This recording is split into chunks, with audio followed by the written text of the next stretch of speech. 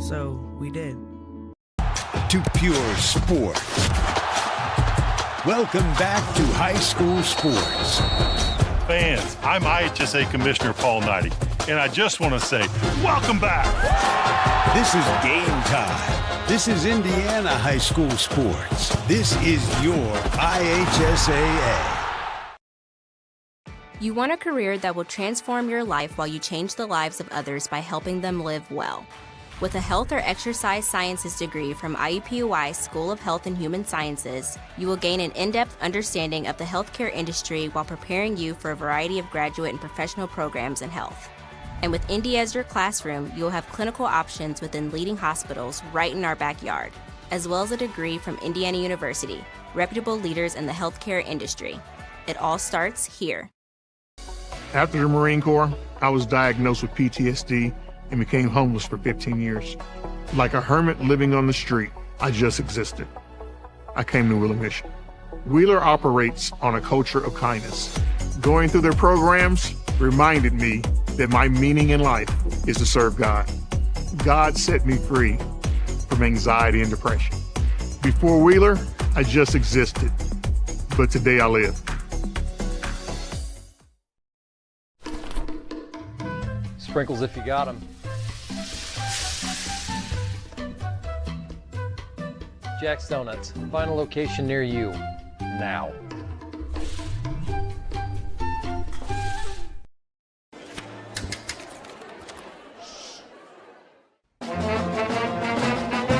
Hey conductor, how about something new? You played this last year. Come on, get your head out of your sacks. We're trying to hear. Well, I'm sick and tired of hearing your kid play the wrong notes. Where's my kid solo? At least you can see your kid. Why is my kid stuck way in the back? The conductor only plays his favorites. My kid heard that solo! You saying I did?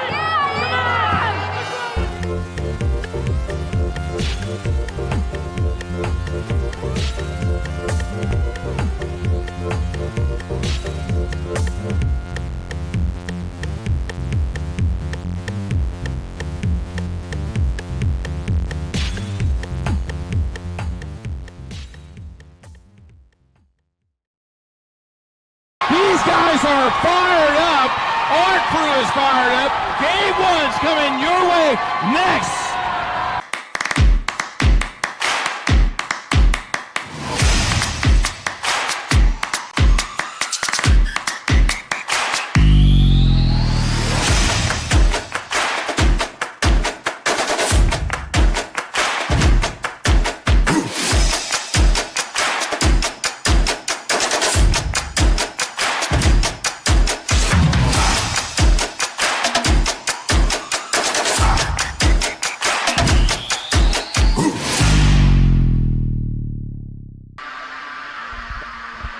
It is time for the championship series of the HCAC baseball tournament from Kokomo, Indiana. The number one seeded Franklin Grizzlies come in at 32-10 will be taking on the Cinderella story 5 seed Anderson Ravens 26-18. Today's game is brought to you by The Morales Group, building better futures one story at a time. Bertner Electric, serving greater Indianapolis and the surrounding counties.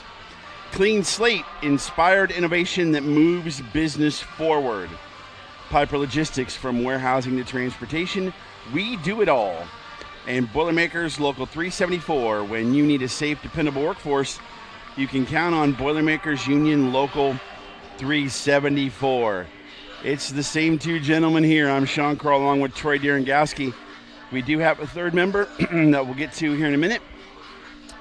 But we've gotten to the penultimate, or the ultimate part of this tournament, if you will, Troy.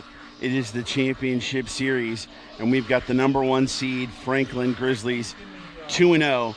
They have to get beat twice. Franklin coming off an emotional comeback, extra inning victory over number 2 seed Transy, has now got to find that energy again to continue it, to beat Franklin and play again tomorrow in a winner-take-all championship game. What a game we saw moments ago. Man. And again, they were down 6-0.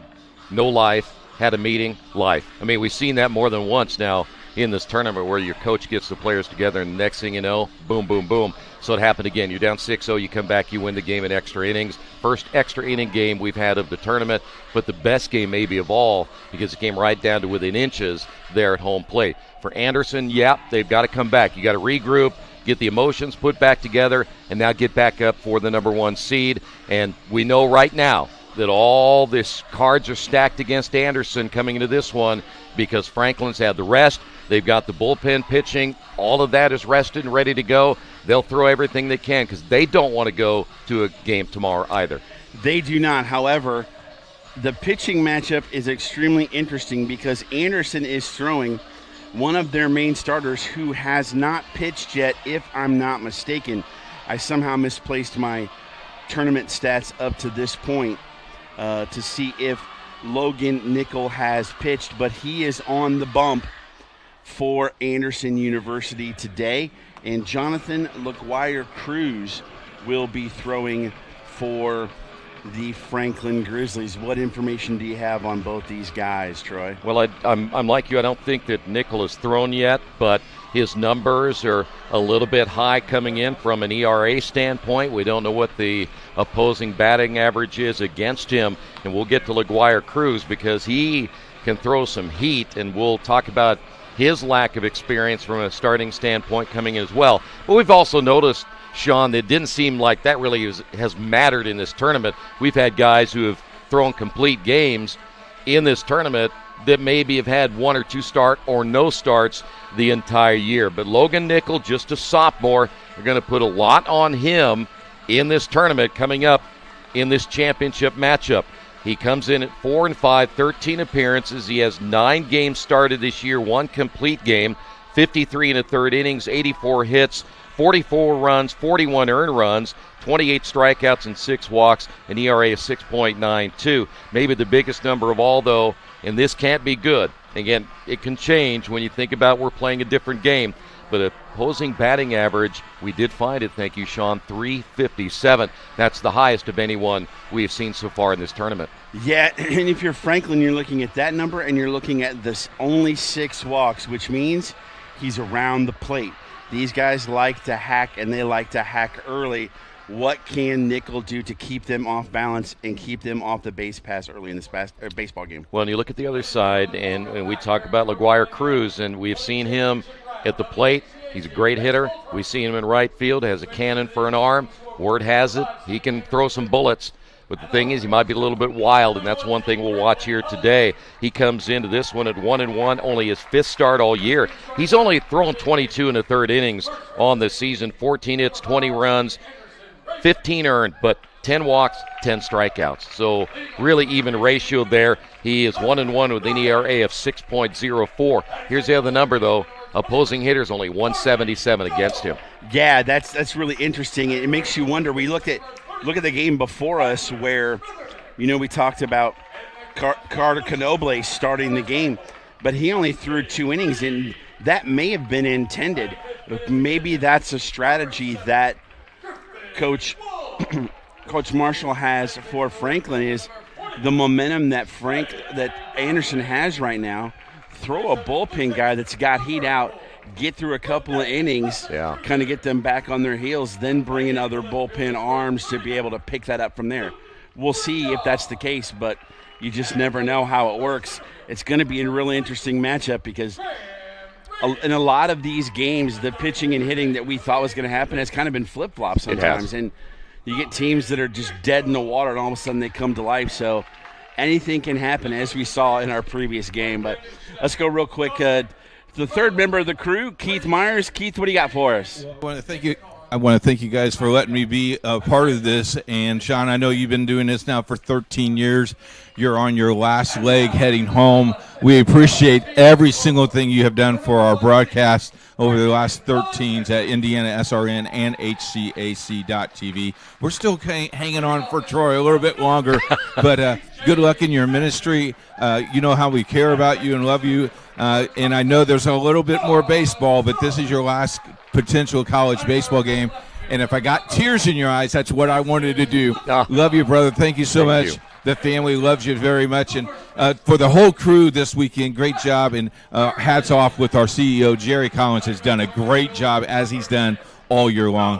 Yeah, have a good broadcast, guys. Thank you, Keith Myers. Appreciate that. I was not expecting that, for sure. Well, you know what, though? Again, there's still that chance. And if we get that lunch to one of those nice steakhouses, it might change both our minds.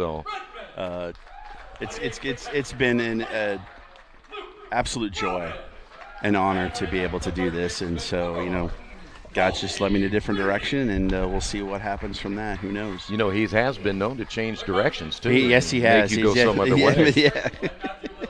You see Jonathan LaGuire-Cruz on the mound right now warming up. He's a graduate transfer from Marian University. And, you know, we talked about in game number 1, Troy, how you had the league's best pitching team in Transy against the league's best hitting team in Anderson, with the right to play against the league's best overall team in Franklin. And here we are, Franklin, the league's best team, against the best hitting team in Anderson. They got their legs under them early. What do you expect here at the start?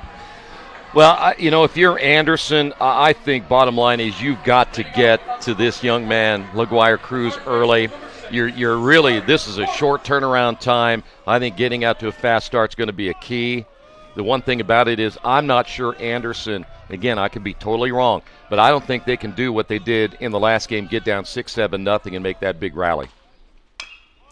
The zone's going to be important, too, as that's a ground ball to Reed over to first for the out, 5-3 on the putout. Connor Gordon out number 1.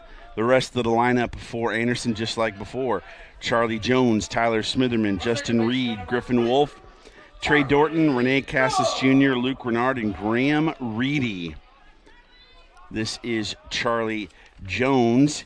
He of the headfirst slide that scored the winning run in the previous game. If you did not join us, we had a fantastic replay, and it was the right call. It was, and I know on the real time it looked like he might have been safe. But when you go back and look at it a couple of times from the angle that we had, and that was a great shot, you could see that the hand got in, then the tag, but it was that quick. Yeah, and so thanks to our production team for getting that. I know Transy, it's hard to end it like that, but these umpires are good, as 2-1 the count on Jones. And got some serious pop on that one, but 3-1 the count. You know, LaGuire-Cruz, we talk about his fastball, and I think, again, the big concern is in a big game like this, and then can he keep it under control? Ooh, got the inside corner on the pitch there. Runs the count full, and we have a softball champion. Yep. Transy defeated Mount St. Joseph 7-2. They are the women's softball champion. Congratulations to them. Oh, that looked like a good breaking ball, but no call, and Jones heads down to first. Coming to the plate, Mr. Clutch. Had the game-winning RBIs the last couple of games. Last night, a huge 2-run single to give them the lead they never relinquished. And then in game number 1, game-winning single in the bottom of the 10th. You know, he's just been when you look back over the year, how... Oh, by the way, his name's Tyler Smitherman. Go ahead. Yeah. Sorry. His consistency this year, when you look at all the games he's put together, he's been really solid. We were kind of waiting for him to come through, and he did. Yes, 337 on the year, slugging almost 600, 17 doubles, 10 triples, 10 home runs, 47 RBIs. When you've got table setters like Gordon and Jones, that doesn't hurt. That is way up in the air. It'll be out of play. By the way, these two teams met back on April the 8th. Franklin won both games 11-3 and 13-2. And the guy on the mound had a heck of a game in that first one, 4 for 5, couple of runs driven in, including a home run. Runner is off, and that is, oh boy, that was coming close. Didn't quite get over the net. Within inches. It was. Within inches of us getting to play. See, now that was a little bit closer to me, so you're going to have to lean out the window because you got the open window here. Well, if it's at you, then the window's going to stop it. It's 1 and 2's the count. Let's see if Jones is off again with the pitch. He is not. Straight back again. That's VVIP parking. Do I want to close the window? I'm not real sure.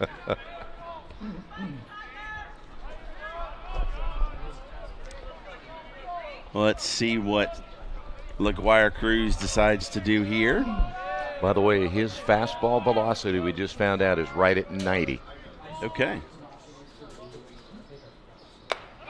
Got him swinging. The big K right there, and Jones stays at first. That'll bring up Justin Reed. He has been an absolute monster as well. 362, 654 slugging, 19 doubles, 3 triples, 10 homers, and 53 RBIs. Jones runs, throw down, no dice as Jones gets the stolen base. A little different look behind the plate tonight as you have Willman catching and Lipscomb in right field. Lipscomb had been their catcher the games we've done earlier in the tournament. Yeah, a couple of moves. We kind of looked at it because they've been very consistent in their first couple of games, so move a couple of guys around. Up for ball 1. Reed had a couple of huge opportunities in the game against Transy, but struck out both times. He has been very clutch this year. That's fouled straight back. By the way, I had a chance to talk to LaGuire Cruz this morning. Yeah. Let him know, like, it's all love with the hair. And he goes, oh, the beard though, that's great. And he didn't want to take me out. I assumed he was taller than he was. He was my height. No kidding. Yeah. Still intimidating as that is strike 3 on the breaking ball. And that will retire the side. Just the one hit. Or excuse me, a walk. Nobody left on base. First time at the dish for Franklin. Myers, Vice President of IndianaSRN. Thanks for joining us.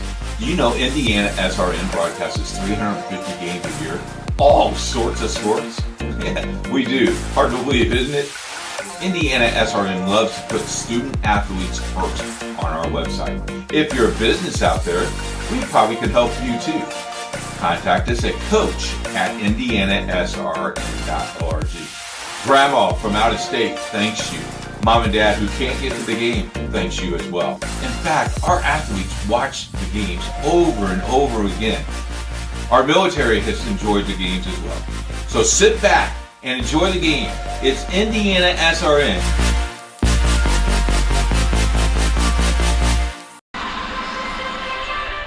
We are back, headed to the bottom of the first here in the championship series of the HCAC tournament.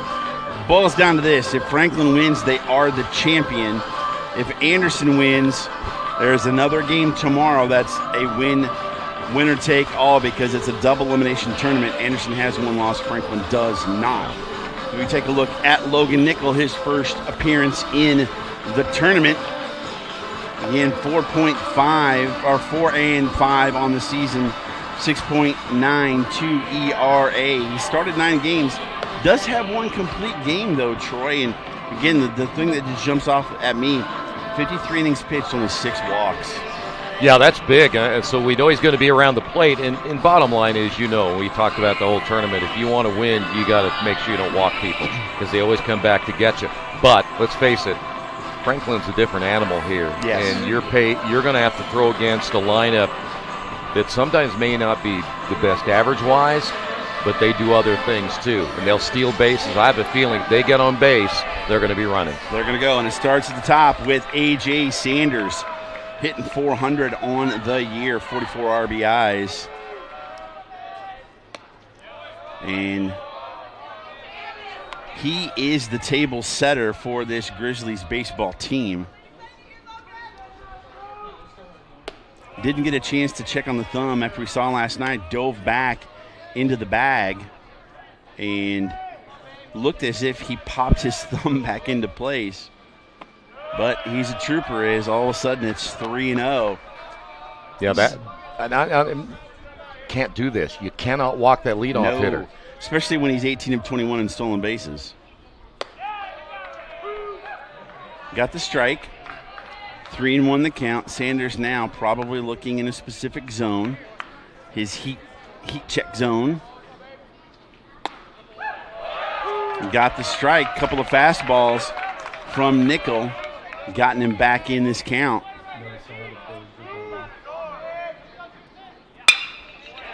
Tarver third. Gordon up with it. He's been fantastic in this entire tournament. If there were gold gloves for the tournament, he'd win one. Yeah, he's been incredible. And tell you what, if I'm coming up next time, I got to make sure I don't hit it that way because I'm guaranteed I'm probably going to be out. That'll bring up Sean Sullivan. He is hitting 325 on the year, 14 dingers, 47 RBIs. His outside corner is strike one. These young men for Franklin can bash the baseball. Well, and that's why you really have to be careful. I know you're going to be around the plate as you want to be with Nickel, but don't make a mistake. Yeah. As that one is hit off to the right side. You look, 42 games, okay? We'll start with the leadoff hitter Sanders. RBIs, 44. Sullivan, 47. Lipscomb, 39. Early, 38. Wood, 38. LaGuardia Cruz, 47. As he goes down swinging. Second out. So these guys are scoring, and they're scoring often. Yeah, pick your poison, right? I mean, it just but I'll tell you what, Nickel's off to a good start. Gets Sanders and strike out of Sullivan, so that's going to give you some confidence that, well, if you get Lipscomb here, left-handed hitter for the first time. Lipscomb at 299. Oh, up into the sweet section on the season. Again, the games we've done of his so far, he has been behind the plate, but tonight in left field. Got the high stirrups going. Yeah, we mentioned a lot of these guys do have the stirrups. Yeah. It's kind of nice. Much like his pitcher Young did last night. Yeah, I think it kind of depends on the uniform. I like Anderson's long pants like that. I like that too. Yeah. Don't forget, we'll have a ripped line drive foul to the playground. We'll have the all-tournament team and the most outstanding player at the end of this game should Franklin win. I believe we will stay on for the trophy ceremony. We'll find out we will. That's ripped up the middle, and there's your first base hit of the game. Lipscomb on base, and that'll bring up Matt Early. Funny thing about Franklin when they hit the ball, everything seems hard, and nothing soft about any swing.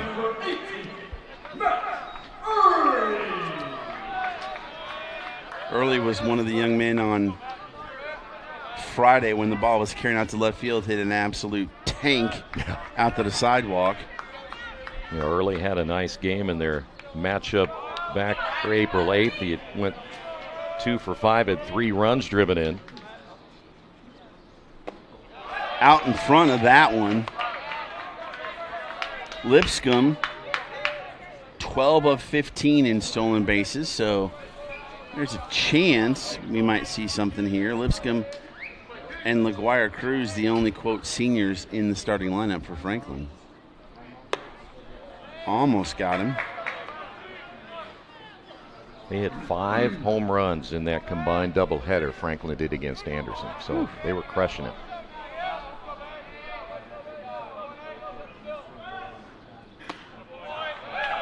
Got the strike.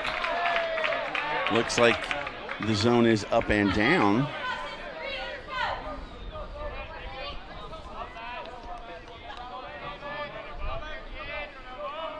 One and two, the count on early. Both pitchers looking to get out of jams with just a single base runner on. There's always such a fine line on where you want to throw that baseball, knowing how well a team can hit. If you make that mistake on a pitch, how it can cost you. So it's a fine line between being careful and really attacking. A little bit high, runs the count full, so Lipscomb should be off at the pitch. Hey, you don't want to try and direct it or aim it, because then you get in tons of trouble. Always.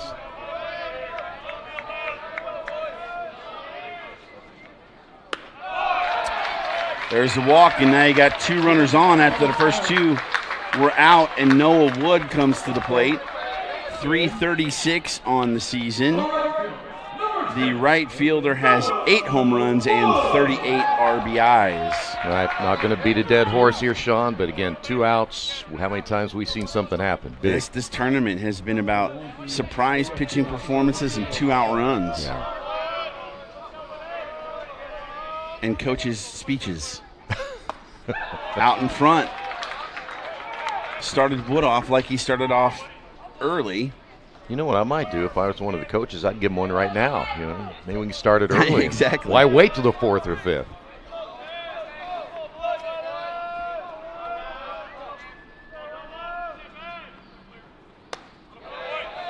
Got the strike.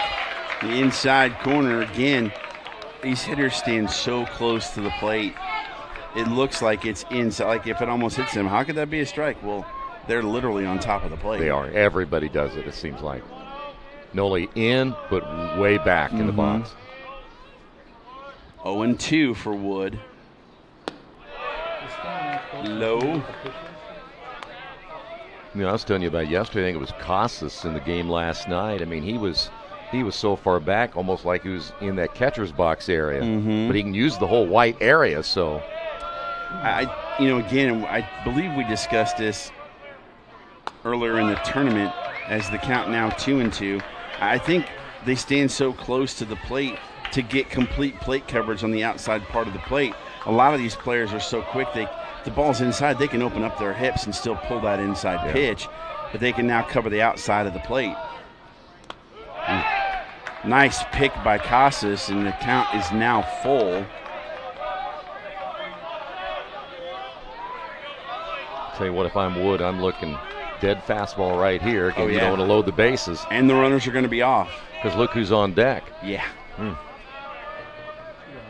We call him JLC from now on. That's right.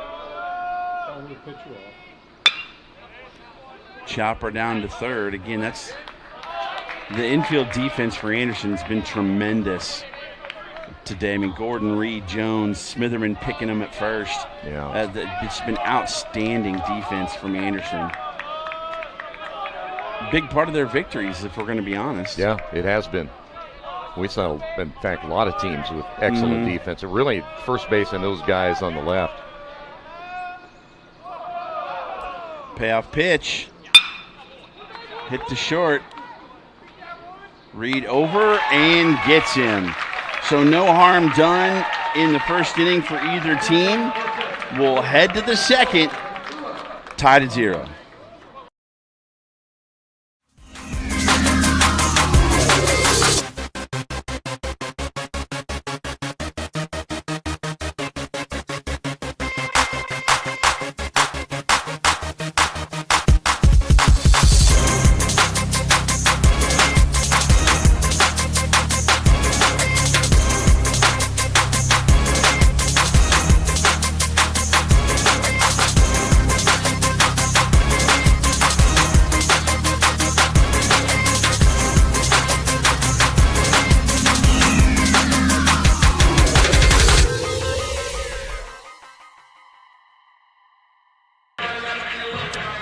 We are back as JLC is warming up for the Grizzlies. Don't forget, we have, in just a few short weeks, football back on HCAC.tv, year 3 game of the week.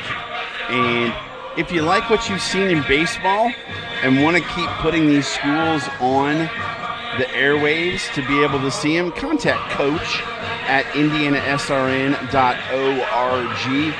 Find out how you can help put more kids. Listen to us, old men calling college. Well, they kids. are. To us, they are. Yeah, I mean, yeah. What are they, 40, 50 years younger than we are, right? Oh, don't get crazy. I have a college age. He's still a kid, though. Well, I really meant Keith more than us. Oh, but, yeah. Since he's part of the broadcast crew. He's over there. You can see he's got his sunglasses on. He's chilling. All right, Griffin Wolf, the DH, facing off against JLC, so I refer to him as that from now on, trying to save some syllables. You know, I got to say something here in a minute. I'm going to try to do. Okay. Oh, who'd that get? If by chance that I don't retire and I come back next year, I'm going to try to get a beard just like his. Okay. Okay, so if I see it sometime down the line, it's going to be packed. Okay. A real man's beard. So you're saying I'm not a real man? No, I'm just saying. You know. All right. Ground ball to third. Reed up with it. Strong throw over to first for the out. Like to thank our scoreboard operator and congratulate him as well. I have all of a sudden just completely spaced on his name. Joey. I believe this is his last event as he is moving to Green Bay to be a station manager at a station up in Green Bay. Too bad it's in, the armpit of America, but that's all right. Congratulations. Poor guy. He's never been there before. I'm not saying the radio station. I'm just saying the city. All right. Man, you can be real tough sometimes. Well, you know. First off, you go after St. Louis. Now you're going after Green Bay. Well, I mean, doesn't that make sense, being a Cubs fan and a Bears fan? Yes, it does. Okay. So I give you that one. But I was going to say, I'm a Green Bay Packers fan, and how do you?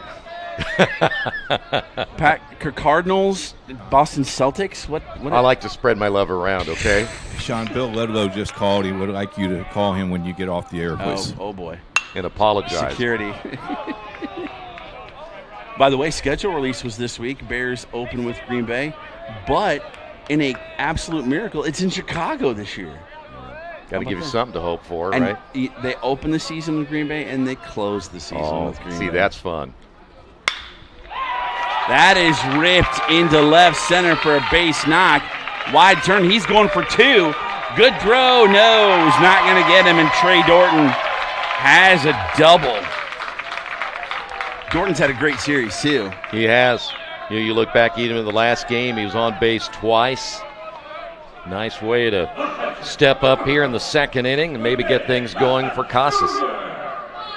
Casas Jr., 265, and he's been an absolute stone wall behind home plate this entire series for Anderson.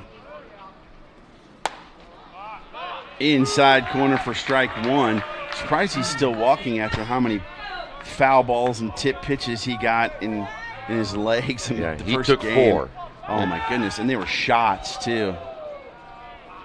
Yeah, I think he got lucky because, again, though everything was south of the border, it didn't hit the epicenter. It was east or west. It wasn't at the equator. Yes. Yeah.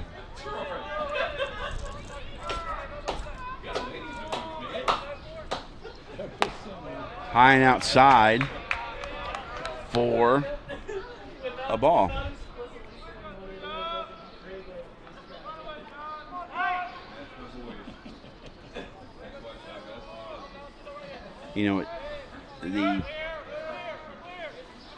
Runner takes off for third. It's a hit and run. Casas hits it foul to the left side. He may take off his jersey pants and find his bruises are the same color as his jersey. Yeah. As many as he's taken. Well, you know what you tell when they get hurt, because catchers, they don't hide their feelings. I mean, they go down, and deservedly so, because he took some really hard shots. I mean, catchers were tough, so if they go down, they got drilled. Yes. Ground ball to first, and LaGuardia Cruz has to get over there as Early makes the play, and he is out. A little bit of a bobble there by Early, but 3-1 on the putout. Dorton heads to third, but now there's 2 out. Sean, anybody but Casas. You know, the catchers aren't the fastest guys in the world. I think that anybody else beats that throw, and you have runners at first and third, but unfortunately, Casas just isn't that fast. That's all right. Renard up 330 on the season. You know, Casas is telling me, have you seen that stat sheet? I'm 2 for 2 in stolen bases, pal. His nickname is Wheels, I think. Yeah.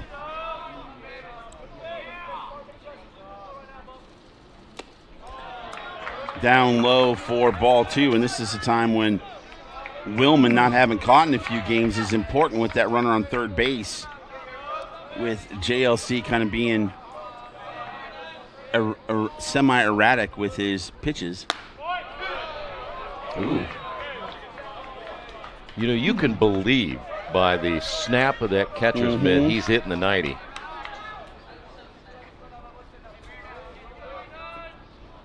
We saw some heat with the relievers, too. No call there on the outside corner, and it's a walk for Renard. So now you have runners at first and third.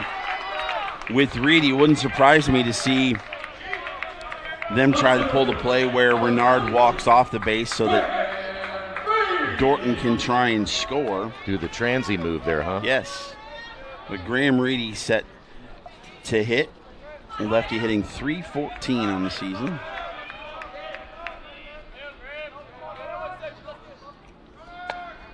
And there he takes off, fake throw to second. He stops, and he finally reluctantly gets to second base. So Renard with stolen base. Well, maybe Renard was going to take off, go back the other way just to prove a point.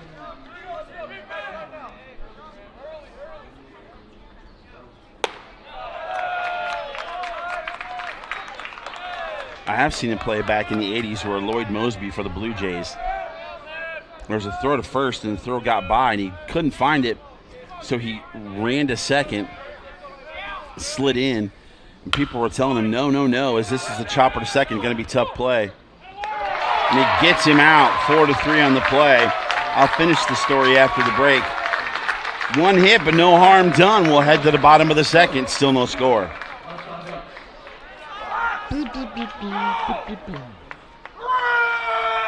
My name is Brittany. A little thing I love about the Egg White Grill is the toasty English muffin. It's toasted perfectly. It's just a little crispy, but not like hard crispy, but just crispy enough that when you bite into it, everything is perfect. My name is Curtis, and I love the Egg White Grill because the egg itself, it's like soft and fluffy, like a pillow. I wouldn't eat my pillow, but I'd eat the Chick-fil-A breakfast egg white sandwich for sure. They say nice guys don't finish first. So maybe it's time to reconsider what it means to be first. It's about being your best, but knowing you could be even better. It's being present, but respectful of history. You sure you want to make that move? It's donating something more valuable than money. It's believing in yourself and something bigger. It's coming from different families, but treating each other like brothers. It's not just being a man, it's being a Mason.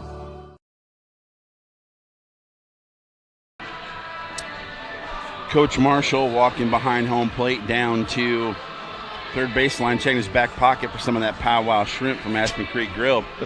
Friendly reminder, this broadcast is copyrighted by IndianaSRN and the Heartland Collegiate Athletic Conference for the private use of our audience. The use of pictures, videos, and audios without the expressed written permission of the HCAC is prohibited. JLC set to come to the dish to try and help himself, and he's done that a lot this year, hitting .345, 13 homers, 47 RBIs. Well, that would have been big if he would have come up there in the first inning. Tough play for Gordon's got to get it over there. And JLC beats it out.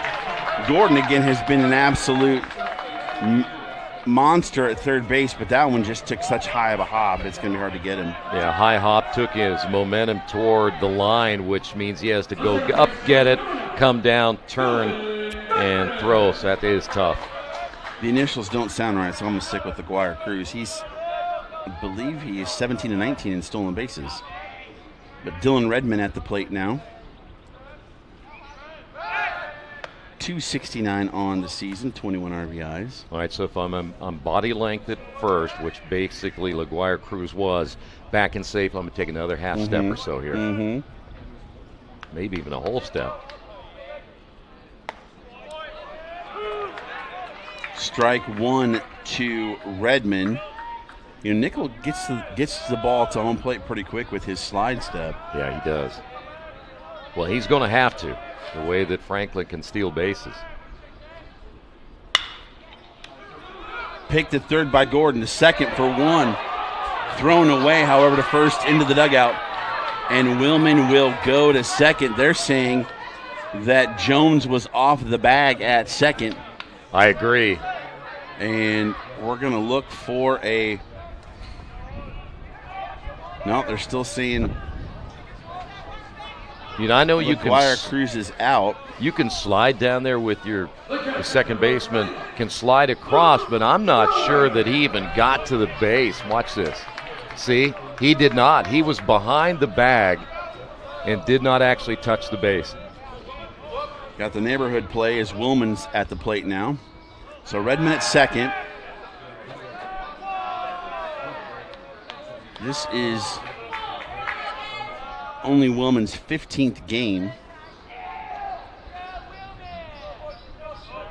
Maybe that's why they've hesitated to catch him, make sure he's fully healthy again as that pitch is in for a strike. But he's hitting .417 with 19 RBIs in 16 games. Not bad. Yeah. Kind of numbers that can get you all conference.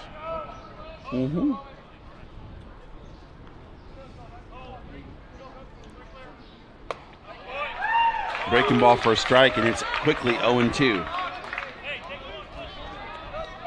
Runner at second, one out. Again, if Franklin wins, they are the champion and go to the NCAA tournament. If Anderson wins, we come back again tomorrow.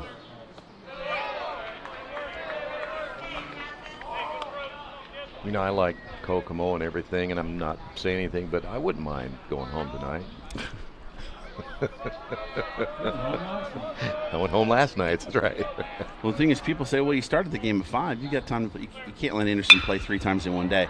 As that's out into right field, going back on it is Dorton, and he makes the catch. Tagging and heading to third is Redmond on a long out by Willman, and that'll bring up Colby Reed. All right, here we go. You got the runner to third. Chance here to take that early lead. Got a guy hitting in the number 9 spot that certainly is very capable of doing so. 21 runs driven in on the year. Need another 2-out run, which we've seen a lot of in this tournament.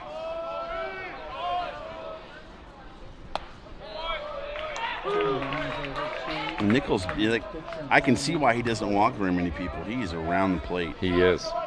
And that's going to be a key tonight. Throwing strikes, getting outs behind you. Almost hit him.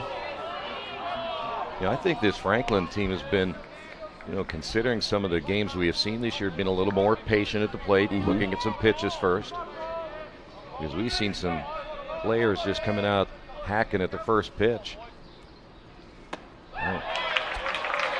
Nice outside pitch there, has Reed out in front. I mean, the first Franklin game we did, I think Sanders saw a total of 8 or 9 pitches in his first 4 plate appearances. That's right.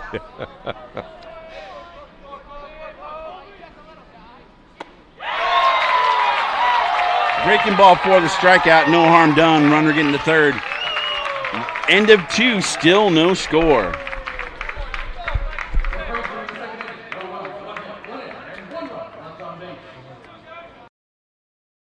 Burtner Electric Incorporated has been proudly serving our residential and commercial customers with quality electrical repair for over 33 years. We are fully licensed and insured in electrical wiring and electrician service packages. You'll receive a competitive assessment whether you're a homeowner or a business owner, first-time or long-time customer. We offer free estimates for any new project. Call our licensed and experienced electricians today.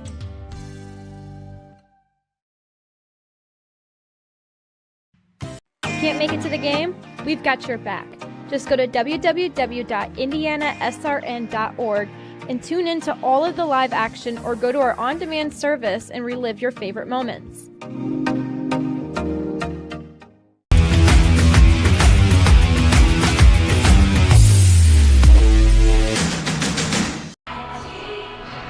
Top of the third, scoreless game here in the championship series, if you will, or championship round.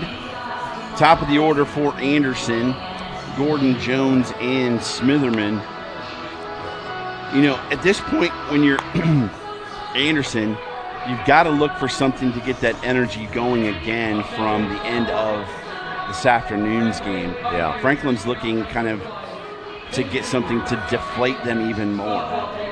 Yeah, and you know, I begin to wonder maybe Franklin kind of in that boat too, just getting some of that energy, because you know what, they've only had to play a couple of times, and here they are on the championship, and they waited all day to get here and watch that extra inning game. So I think one of these two teams, once they get it rolling, I think you're going to see some action here. Strike one to Gordon. He grounded out to third to lead off the ball game. But we were talking about that in other games, is when do you kind of feel maybe you're going to start turning things on? A lot of times it just takes maybe a base hit, a great play in the field, something, and the next thing, like you said, hitting is contagious.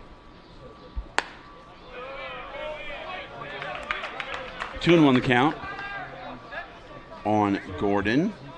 As I mentioned earlier, Franklin does not want to play tomorrow. You never want to play in a deciding game if you don't have to. 3-1 the count now. As when the Guire Cruz has missed, he hasn't missed by much. No, he's not.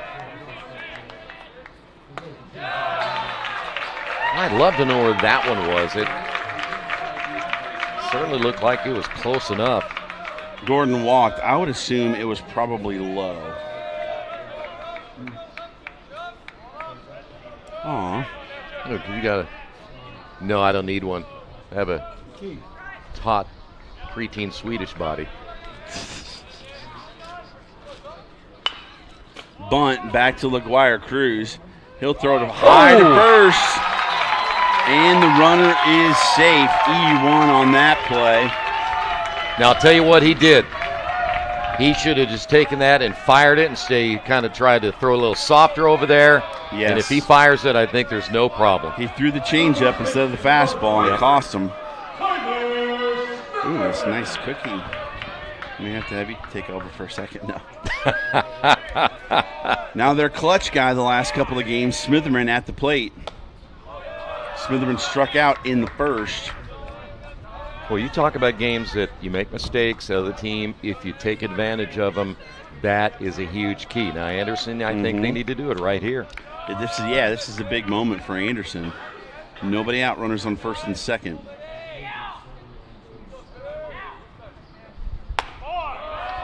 Outside corner for strike one.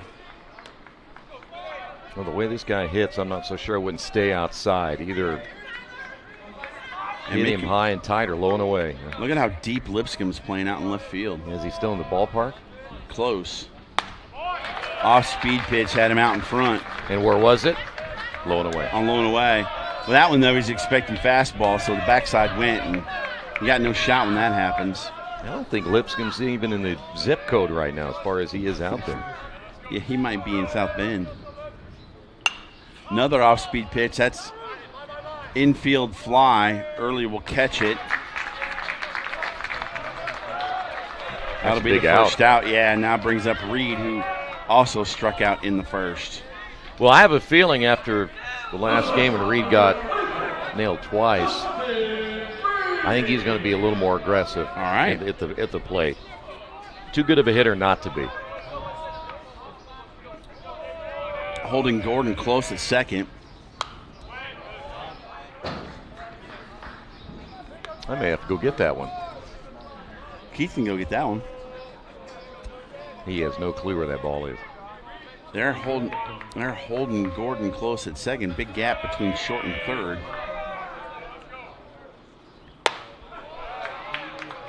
high. As you can hear that glove pop. Oh, I love that sound too. Mentioned the way the wood bat hits a ball. I love that sound. Leather and leather.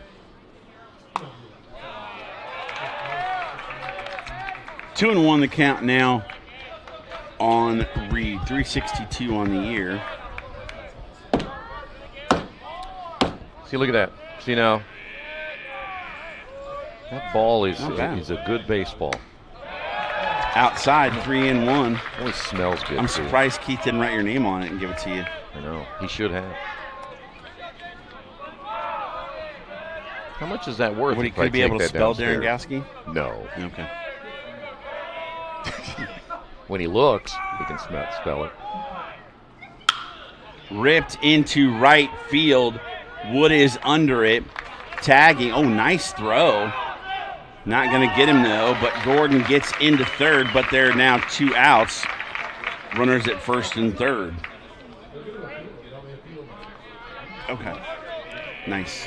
Yeah. You didn't hip check him over the little kid took it from. He's okay. He's okay, Troy. Yeah. He might got a little scratch on him, but he's okay. Yeah, a little scratch. Yeah, I can imagine. After he punched him in the nose. Hey, if you're going to get a loose baseball, you need to be aggressive. You do. My brother broke his wrist doing that once, and he wasn't playing in the Little League game. That pitch is inside to Wolf, who grounded out to third and second. Foul ball comes behind over the screen. A bunch of people are chasing it. Some kid just bumps him, shoves him. He falls, laying straight on his wrist. Yeah. Broken wrist. Yep. Figures. Chop foul right at the plate. 1-1 is the count. You know, that's like hockey. We used to go to hockey in Denver when they had the NHL, and then they moved to New Jersey. We'd go to they were the Colorado Rockies then. Yeah. And a puck came behind, and I reached down to go get it. And at that time, there was all that netting, and I put my hand down by me. That was a mistake, and they just started clawing and stamping on your hand. Ouch. I came back with a stump. There is the, again, steal, maybe not steal. 2 outs, runners at second and third. We got the secret. He spells my name Troy D. Oh, he leaves it 10 letters off. 2-1 the count, 2 outs. That is ripped into the gap. That is going to do some damage unless. No! Oh, my goodness! How did Sullivan run that down? I thought that was a gapper for sure. Defense, defense, defense. My goodness, what a play. And that keeps this game scoreless. Put a star on that one for later.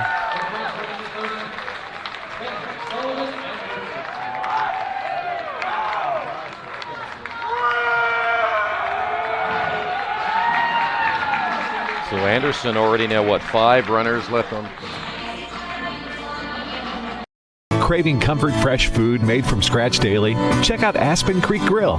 Located across from Hamilton Town Center and beside the Holiday Inn, we offer family farm-raised premium black Agnes steaks hand-cut daily, creamy pastas, salmon chicken, and fall-off-the-bone ribs.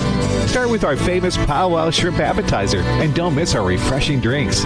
Family-friendly or a great night out with friends. Aspen Creek Grill. Aspen Creek Grill, Noblesville. Call 317-559-3300.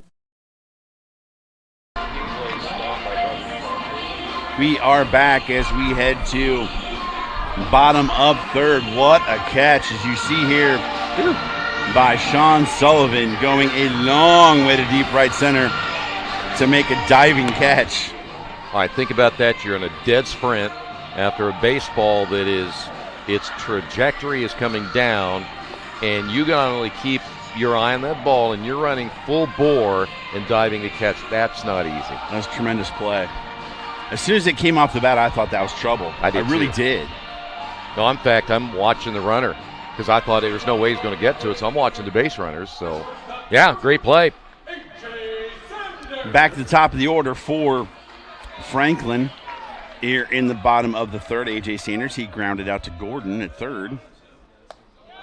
All right, I mentioned a little bit ago, what is the spark that might get something going? Let's see if this will be it. Yeah, that's true. That's a great point, as Gordon is hugging the line down at third. That's ripped into left field, and that's going to fall in front of Renard. He didn't have enough time. It was hit so hard to try and make a play. Well, the typical line drive right at you is the hardest one to judge, and the best thing he did out there, make sure you keep it in front of you. By the way, did you notice I'm wearing a Cardinal shirt tonight? I tried not to. All right.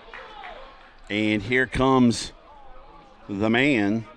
Sullivan, can you turn a big defensive play into offense right here?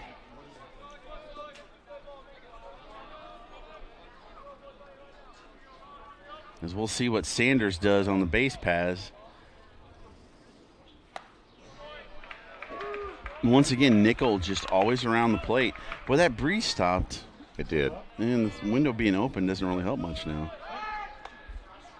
Well, the good news is, again, how did we get through this entire weekend without any rain delays at all when we were expecting rain and everybody thought, yeah, we're in trouble? We've been blessed by the baseball gods. Yes, we have. That's a tank, and that is going to go way out of here. My goodness, over the sidewalk. An absolute nuke from Sean Sullivan, and he turned that catch into some offense. It's a 2-0 lead for Franklin. All right, spark on defense. We said what might be the spark that'll get you going, and all of a sudden you make the great catch, you get the right pitch, 2-run homer, 2-0. And by the way, it still is going. Wow, that was. At first I thought he was going to get out of here, and then when we saw it land, it was on the other side of the sidewalk. So if you can see, you can't really right now because Tyson Lipscomb's at the plate. There's the fence, then there's kind of just a little bit of a berm hill up to the sidewalk, and he hit it like on the other side of the sidewalk. As Lipscomb hits one into left center field, that one's going to get down. And that almost was a ground rule double, but it'll just be a double. And just like that, 3 batters, 3 knocks on Nickel. Well, I tell you what, it's amazing how you get that one little thing happening and everybody kind of catches on and you get the right pitch to drive. And by the way, they're still looking for that ball out. They haven't found it yet. They may not. They're like, keep going. You got to keep going. Yeah, that kid went down the hill and he's disappeared. He's looking for it. So Matt Early in their first game, he hit one out there where Sullivan just put one. Lefty in the bullpen now for Anderson. He was looking to match it out in front, strike one. So the early lead on the scoreboard first is Franklin. We'll see how much of a difference that makes. I got a feeling there's still quite a few runs to be scored in this baseball game. I do too. Strike two. Early now down 0-2. Because it's still early. I was going to say it was something right a little bit ago there. It for was you. right there. I thought maybe you're going to play with that one. Breaking ball outside, see if he was going to offer. He didn't, but nice block by Casas to keep the runner at second. The biggest catchphrase is staying alive that we've had. That is true. We've gone full Bee Gees this weekend. Outside again. You know what the next song's going to be coming up? Stomp by Brothers Johnson. I have no idea what that is. You don't? No. Oh, my. What a great hit. Can Early stay alive in this at-bat? Bee Gees. He does, and now it is full, the count, 3-2. Worked his way back from down 0-2. Nickel working from the first base side of the mound. Mm-hmm. I'm not sure what kind of difference that makes. As Chopper, Gordon, throw first, got him. 5-3 on the putout. That's the first out. Runner cannot advance, and that'll bring up Noah Wood. Well, they needed that one, certainly. Not out of the woods yet, again, with Lipscomb down at second base. So if you're Nickel, be really careful here. Don't lay something out over the plate. Wood, very good hitter at number 5. You know, a lot of lineups, you think you get to a certain point, you're going to get a breather. Like you got some guys like, okay, you can settle down here, get some outs. You just don't have that luxury with this Franklin lineup. Well, that's a little nubber. Oh, they're saying he caught it in the air. Yeah. Did Jones. And Lipscomb gets doubled off a second. Wow, talk about getting out of an inning. What a nice job there by Nickel after the 2-run homer from Sullivan. It's 2-0 Franklin. End of 3.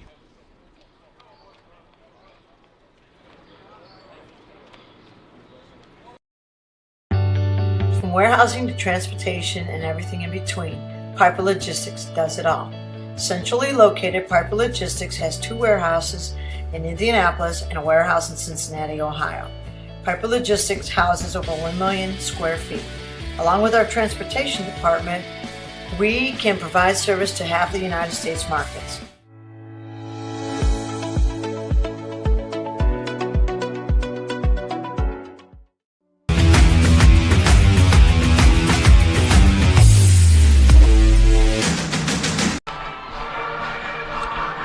We are back, and here's that last out. I think Lipscomb thought that was going to short hop, but Jones caught it and doubled him off on second. Oh, I recognize this song. Yeah, Brothers Johnson. I just didn't know who it was by. Yeah. It's a great song. Yeah. You going to have the whole Ohio players next? Maybe.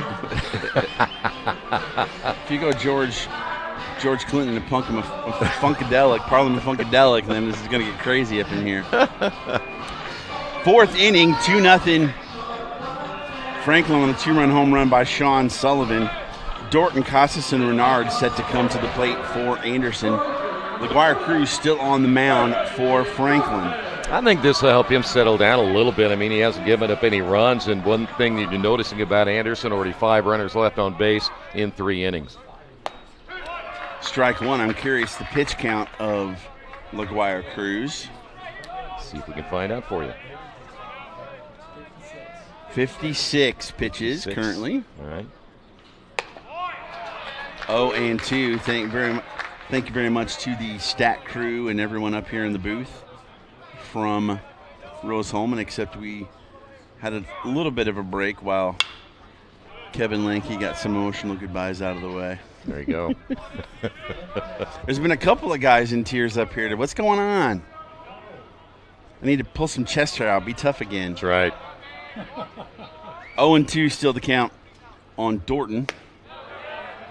Down low. You know, both these pitchers actually very close in the amount of pitches they've thrown so far. Try to get the outside corner, just missed. See, now I like the navy jerseys with the straight white pants and the piping, not the pinstripes. No. That's out into right field. Is the right fielder is going to get it. That is Wood, and that'll be out number 1. Although, I will say, I'm okay with a colored alternate jersey top for an away team. Not the biggest fan of it for a home team. Because color on color, you know. Yeah, you need to have the difference between the two. Well, when I become emperor, I'll change that rule for you. One of these days, when I become the sports czar of America, I will make that rule. You should. 100%. Or keep berating them until they change it. I don't think I have that kind of stroke yet, Keith. Or Troy, that's your name. 0-2 the count on Casas. 0-1-1 for Anderson, 2-5-1 for Franklin.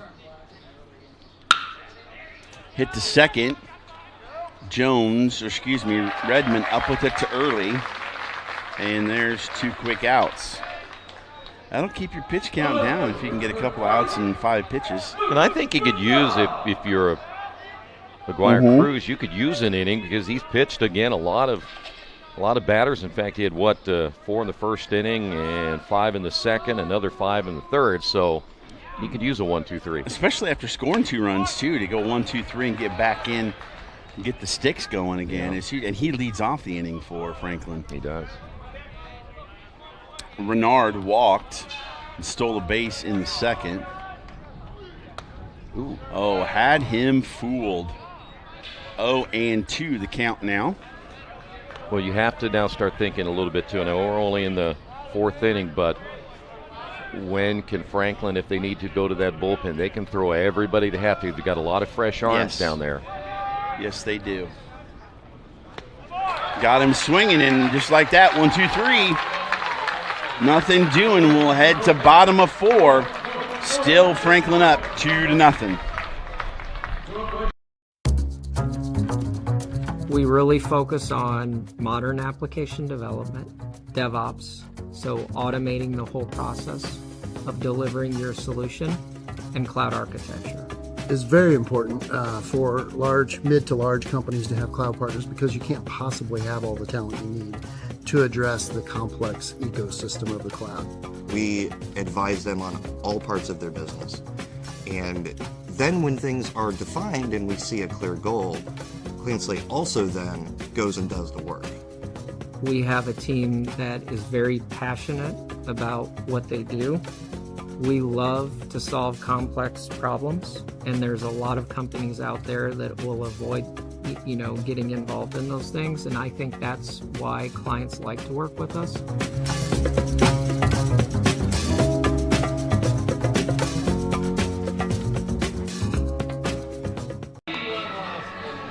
You're not from the West Virginia mountains? No, but as I mentioned in one of our earlier games, when I was doing summer baseball and traveling around with first a professional team and then later a college team, they went to West Virginia a lot. Mm-hmm. And because there isn't much to do during the day and they don't go to BP till about 3 in the afternoon, so I would actually leave my hotel room, walk up, because they were near mountainous areas. There's all kinds of caves and stuff up there, and you walk up there and just, I enjoyed it. It was really nice. Nice. Plus, that cold air coming out of those caves on a July day, it's like AC, baby. No cave monsters. Well, I didn't go in to check them out. I just stayed outside the cave. Oh, gotcha. Okay. Yeah. Bottom of the 4th, Jonathan LaGuire Cruz leads off the inning. He singled and then was forced out at second. Tardy on that one. He's one of those hitters that can just change the complexion of a game if he gets a hold of one. Twice now he's been a little bit behind, and quickly he's 0-2.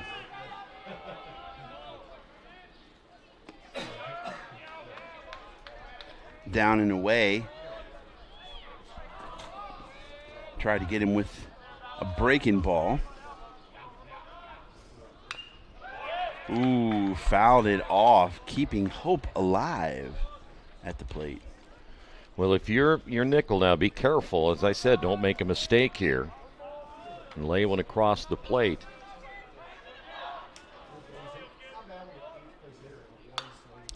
Jam shot. Can Cassis get back? No, he cannot.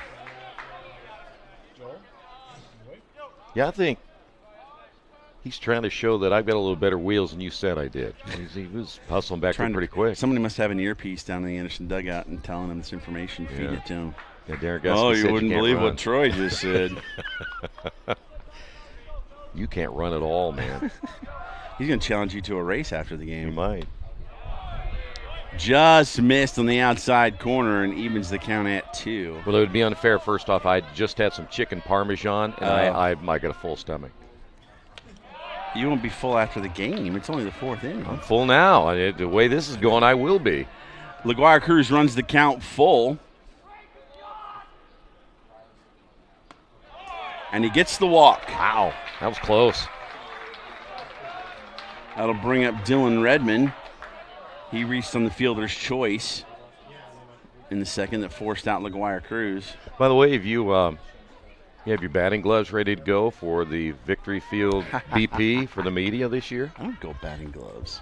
I'm on Mark Grace, man. I thought you had some blisters last year. No. Oh.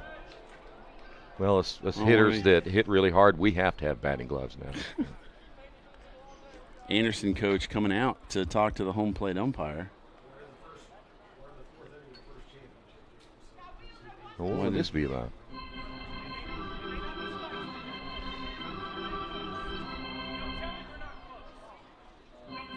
Well, that's something. I think he is arguing the ball strikes. He is. Because he said something like, those aren't even close. Interesting. Very. Trying to get a little edge right here. Now, umpires generally don't like that. No, he did put the stop sign up as he gets a strike there. And you'll get one hand, and after that, you better shut up. Jeremy Hosier behind the plate, Bob Racklau at first, Nick Staub at second, Tim Wesley at third.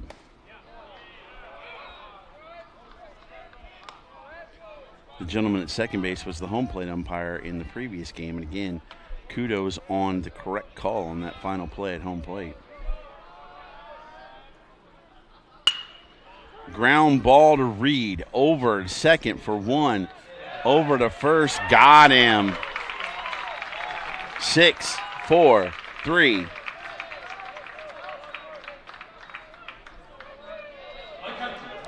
And that'll bring up Willman with nobody on base. That's a big double play. Yes. I think he got him by not even a half a step, but he got him. That's into center field. Reedy's right there, and that will retire the side. A double play does wonders as we are through 4, still 2-0. We really focus on modern application development, DevOps, so automating the whole process of delivering your solution, and cloud architecture. It's very important for mid to large companies to have cloud partners because you can't possibly have all the talent you need to address the complex ecosystem of the cloud. We advise them on all parts of their business. And then when things are defined and we see a clear goal, Clean Slate also then goes and does the work. We have a team that is very passionate about what they do. We love to solve complex problems, and there's a lot of companies out there that will avoid, getting involved in those things, and I think that's why clients like to work with us.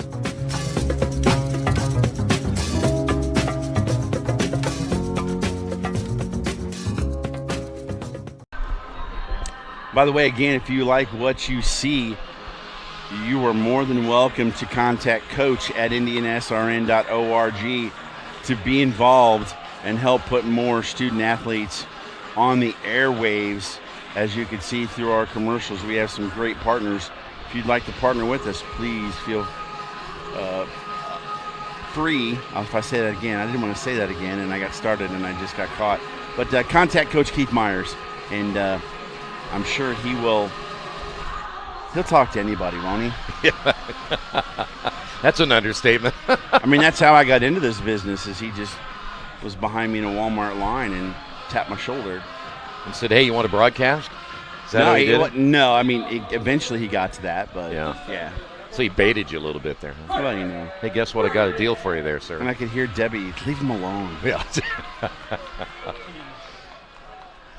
Graham Reedy to lead off the top of the 5th.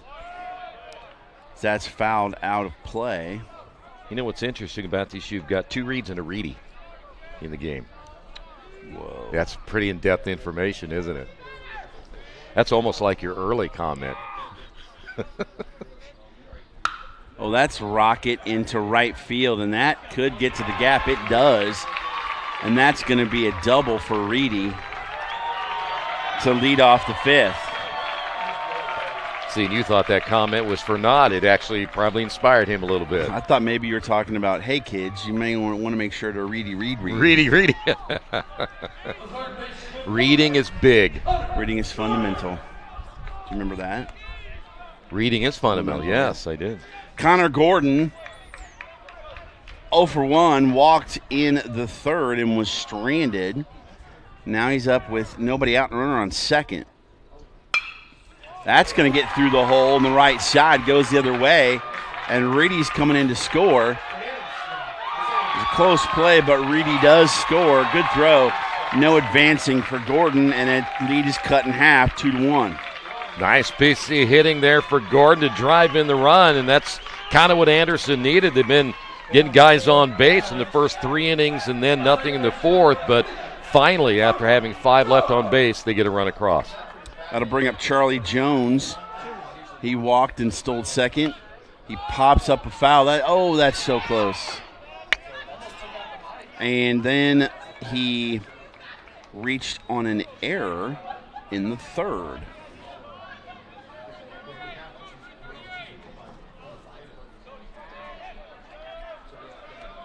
So 0-1 the count. 1 run in, nobody out, runner on first.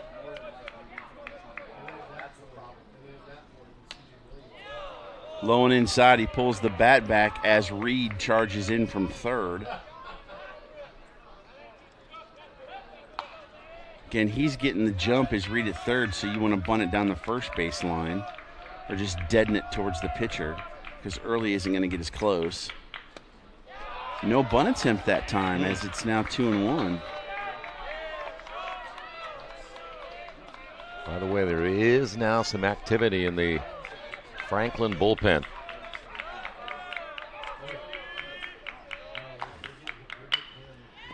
Bunted again, LaGuire Cruz over, underhand toss to Early for the out. That will advance the runner to second. So now a runner in scoring position and 1 out for Smitherman. Well, you like to see LaGuire Cruz fielding his position. You know, he's been in the outfield a little bit different when you have to play a ball in the infield, but he did that perfectly. But then on the other side, you love the bunt there by Jones. Can you see the number down in the Franklin bullpen, who that is? I'm going to give you a good look 8? here. I think it's 8. I'm not sure. That is number 11. Number 11, Will Butts. 5'10" freshman and issues with the equipment. Butts from Yorktown, right-hander.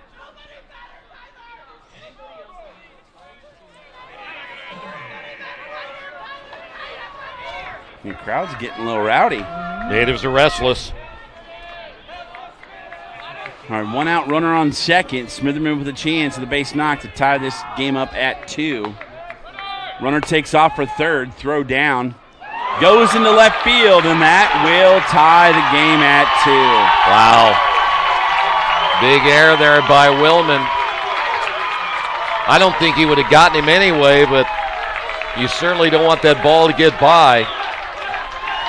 And just like that, the whole dynamic of this game changes. Yes.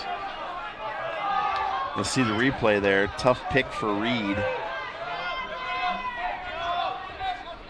Allows Gordon to score, and we're right back at square one. That's down the first base line. Is Early going to get there? He does. Nice dive.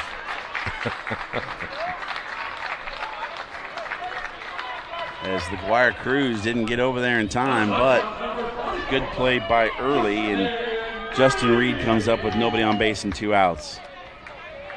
Well, Anderson finally able to get something going on offense. Sure, they were a little bit frustrated early and able to get some runs across against LaGuire Cruz.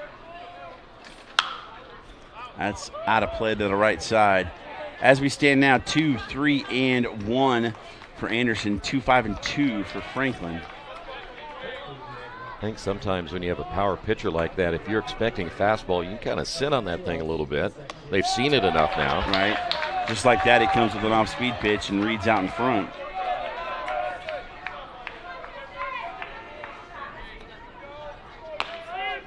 Imagine if Reedy was playing first base right now. We could have Reed grounded to Reed over to Reedy for the out. Maybe we'll move. It's game's still early. You can tell him, hey, now. Help us out a little bit here. We get both Reeds at third base, too, by the way. Yeah, that's right. That's out of play into the playground. See, now Keith is down there. He could add 2. See, they're both white. I know, right there. There's that kid. There you go. Oh. Did he see the other one, though? That's the key. He's a ball hawk.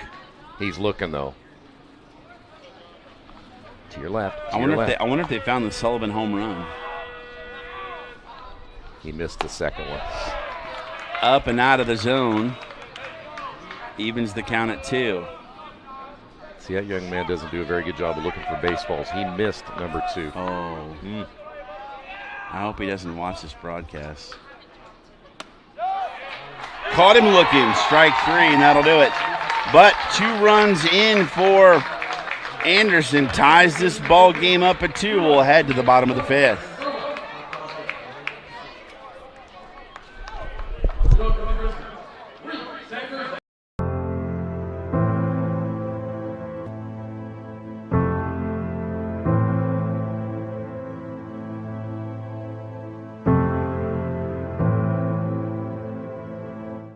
Calling officials cheaters or corrupt, it's not a game. Insulting referees, it's not a game. Threatening officials, it's not a game. Berating young umpires, learning the ropes, it's not a game. Violent language in the stands, it's not a game. Verbal abuse from the sideline, it's not a game. Screaming at a referee in the parking lot, it's not a game.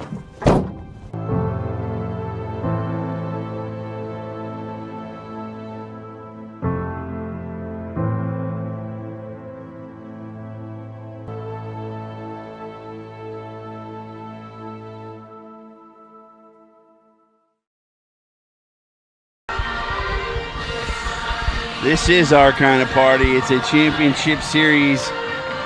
Game number 1. Again, if Franklin wins, they win the automatic bid and the HCAC tournament. If Anderson wins, we come back tomorrow, and my wife would not be happy because it's Mother's Day. So, no offense to the Anderson fans, we want your wife to be happy, though. But at least I would go home tonight and then come back tomorrow. That's true, so. Yeah. Reed to lead off the bottom of the 5th for the Grizzlies.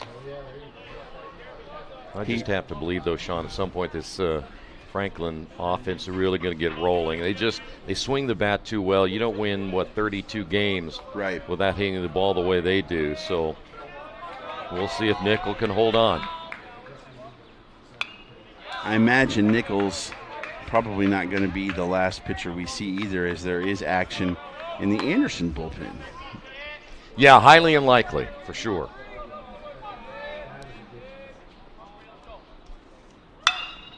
Way up in the air into left field. Renard under it. And he has it for the out. That's always an instance. They're not missing by much, just underneath on the swing. Back to the top of the order for Franklin, A.J. Sanders. He is 1-1. You see the action down there in the Anderson bullpen. Off to the right side. So that action has kind of slowed down a little bit here.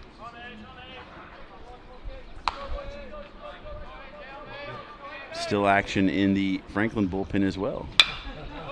You know, we said that, Franklin does not want to go to tomorrow for the simple fact you just never know what's going to happen, and you don't want to put yourself in that situation. It's like a Game 7. It is, and you don't know.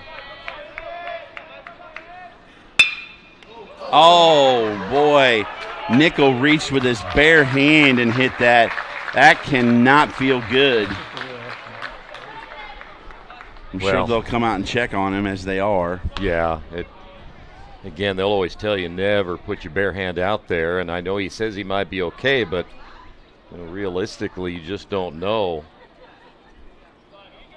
Let's face it, that's going to leave some type of a reaction on his hand. I don't care what you think. And so take a look at this. Yeah, once he reached out, he's like, what am I doing? The good news is his fingers were out and spread. They didn't have to close any up, because you could lose a finger that way. Well, Sean Sullivan back at the plate, and he hit a towering home run back in the 3rd. Was trying to match it right there.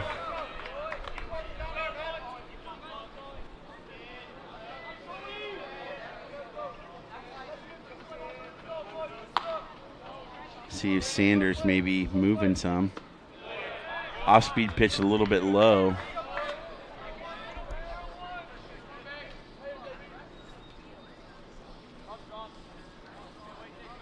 Nickel's done a decent job outside of that one pitch to Sullivan. Inside. 2-1 the count.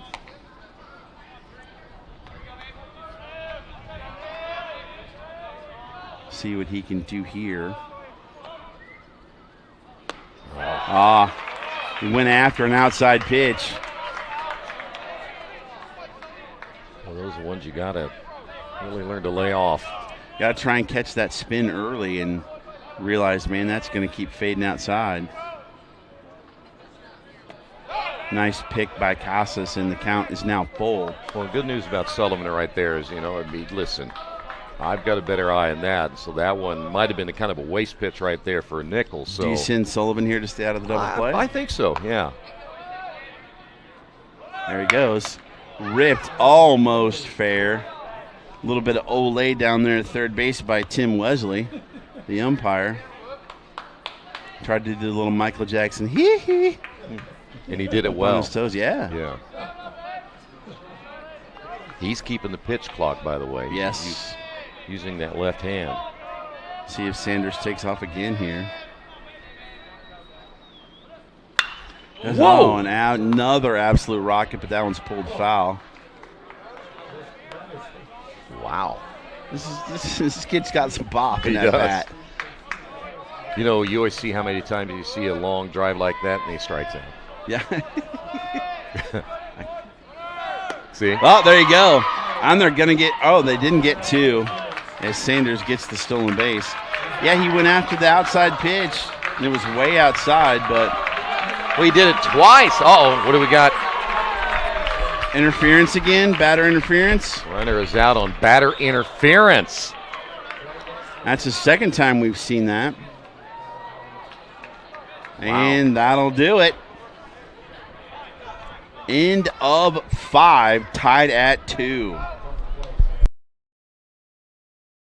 We encourage you to subscribe to our YouTube channel, IndianaSRN. Hit the bell to get notifications for upcoming games and more. Watch as many games as you want, as many times as you want. At one point in my life, alcohol ruled supreme. It was not impossible for me to wake up just as drunk as before I went to sleep, and I use the term go to sleep loosely. I think on most nights it wasn't falling asleep, it was just passing out. There was no way I was getting out of it with my own willpower, so I decided to give Wheeler a try. And since my graduation from Wheeler's program, alcohol has not had any kind of hold on me whatsoever.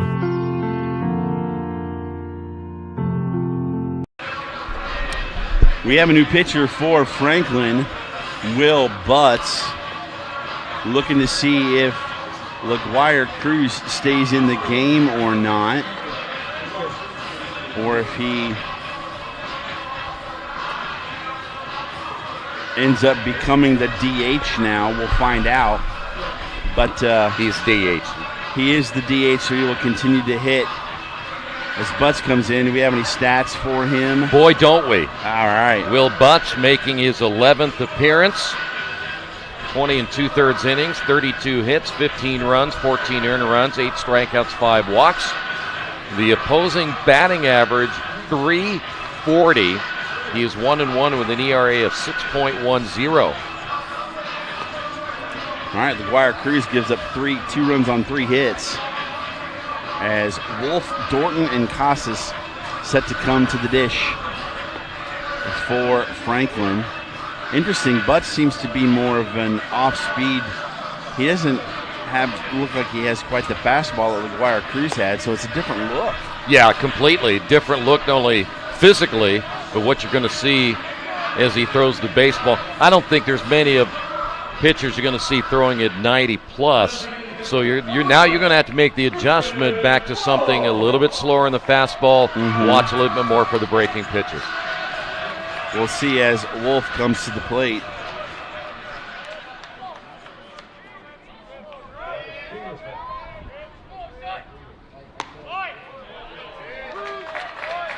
Takes strike 1.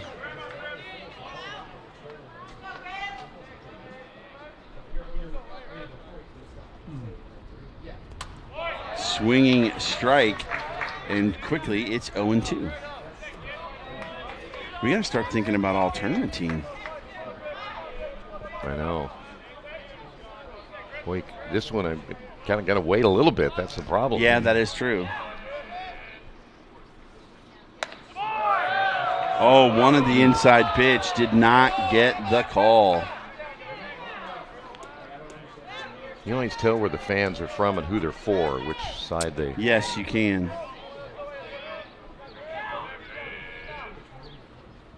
Ooh. That one Willman up with it, throws down to first, and early steps on the bag for the out. Now Lipscomb, I'm sure, loved to have that pitch back, though. He got a little too anxious on a pitch low and inside. Looked like to me it had been ball 2.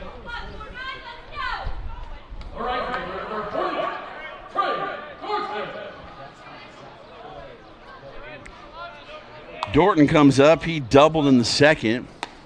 Taking it back, I meant Wolf. Yes. And flew out deep to right field in the 4th. Inning number 6.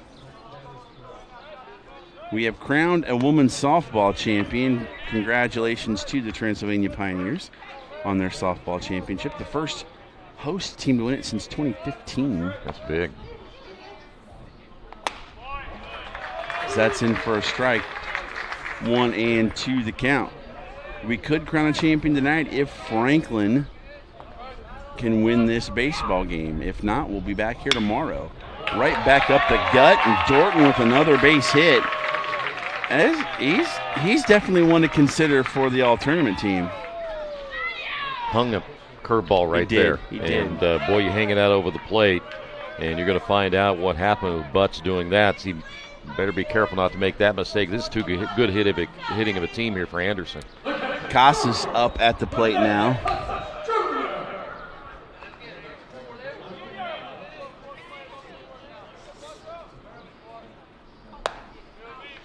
High and outside for ball 1. Casas has grounded out to first and grounded out to second.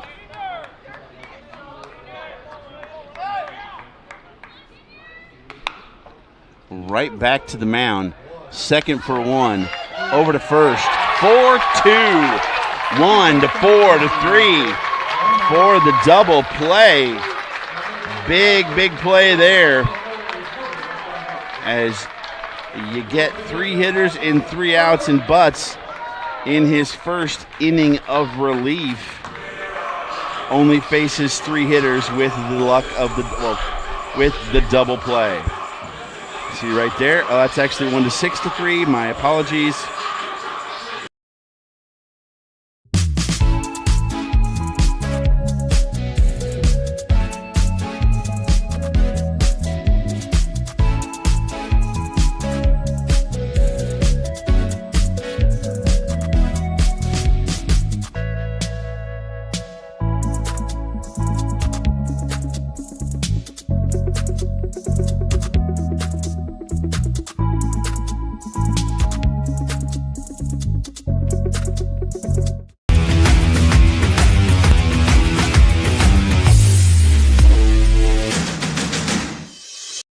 We encourage you to subscribe to our YouTube channel, IndianaSRN.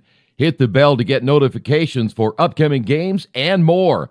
Watch as many games as you want, as many times as you want. We are back. Logan Nichols set to take his 6th inning of work against this Franklin lineup. 3, 4, and 5 coming to the plate for the Grizz. Got to say hi to Coach Alan Hensel, the football coach for Franklin, as he stopped by the booth before the game. Say hi. It was nice of him to do that. I like their Franklin hats. We should get one of those. I love it. The colors are great. I've been dying for hats from all the schools. I haven't gotten any yet. Been ignored the whole time, huh? I know. Here's what you need to do. Don't retire. Come back next year. Inform all the baseball teams you want a hat. Get all the hats that are in the tournament, and then adios. Right? I don't go back on my word. I don't know. Wellman with a rocket out in the right center field. That's going to go over the wall after the bounce for a ground rule double. First pitch hitting, expecting fastball, and just laced that one. I tell you what, if it doesn't bounce over the wall, he clearly has a good shot at getting a triple out of that one. Don't know why I said Wellman, because that was Lipscomb. You're just too excited about the hats is what it was. Lipscomb's 3 for 3. Yeah, I know. Maybe he prefers being in left field to catching. Yeah. Well, we mentioned Nickel just made a mistake again, leaving that out over the plate. Now, he doesn't have great velocity on a fastball, but you got to be very careful with this lineup. Early puts the bat out to bunt, pulls it back, and takes a strike.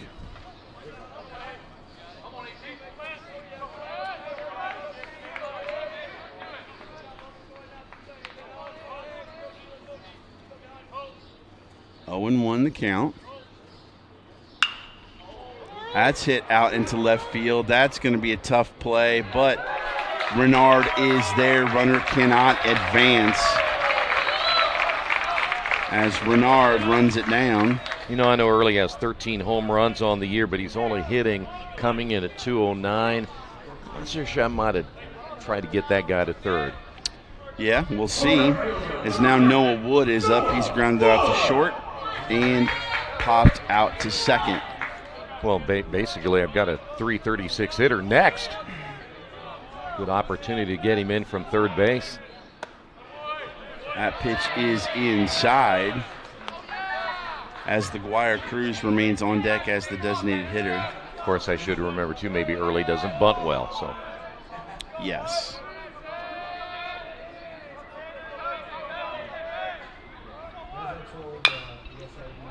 Chopped down the line third. Wonder if he maybe got his toe. So my question is now, let's say that you get the lead. How early you don't want to go back to your bullpen if it's not active right now, but you've got some arms down there still you could use. I would, throw butts out there again and see if he can go 1, 2, 3. He's going to have 8, 9, 1.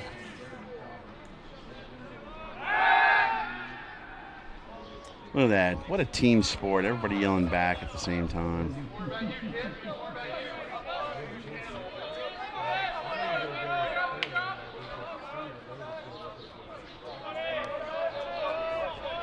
Another scoring opportunity in this game. There haven't many that have come through. Is second time in a row that Wood has fouled it off of his leg.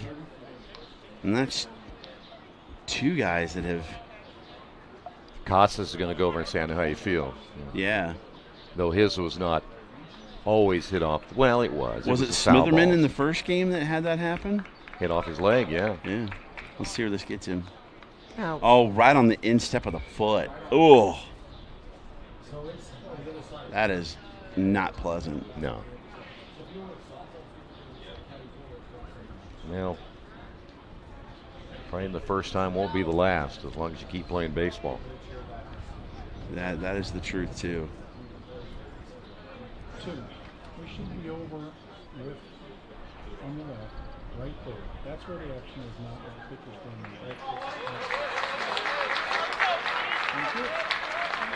All right.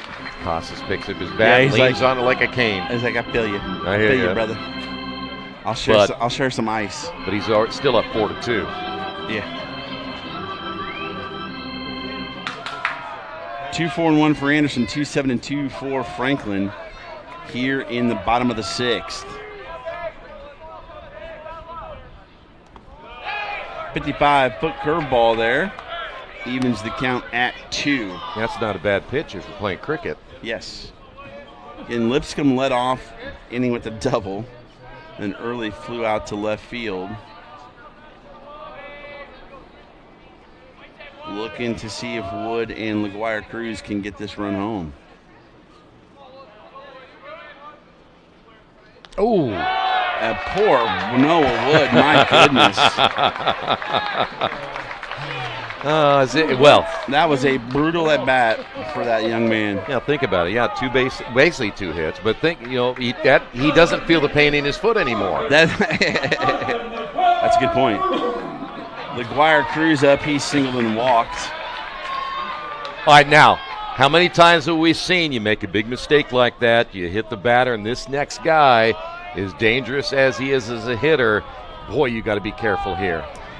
345 batting average, 441 on base, 697 slugging, 10 doubles, 13 homers, 47 RBIs. He just scares me if I'm a pitcher. I wouldn't even look at him. Try not to focus on him.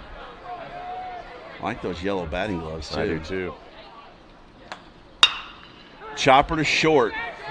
Over to second for 1. Oh, what a great play, but the throw is offline. Jones took the ball, instead of throwing to first, wheeled and threw to third, trying to get the runner as he was coming around third, Lipscomb. But a tough throw, and Gordon couldn't handle it, and Lipscomb scores. There'll be an error on the second baseman. So Willman is out 6-4. Well, Cruz is on via fielder's choice. And E4. Okay.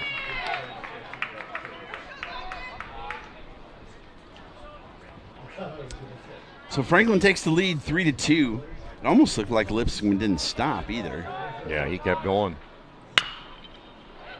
Because he wanted to score, and he was thinking, I got to get to home plate to try and score just in case something happens at first. But you'll see the throw to second, the spin turn, wham, over there and just a little bit outside. Yeah.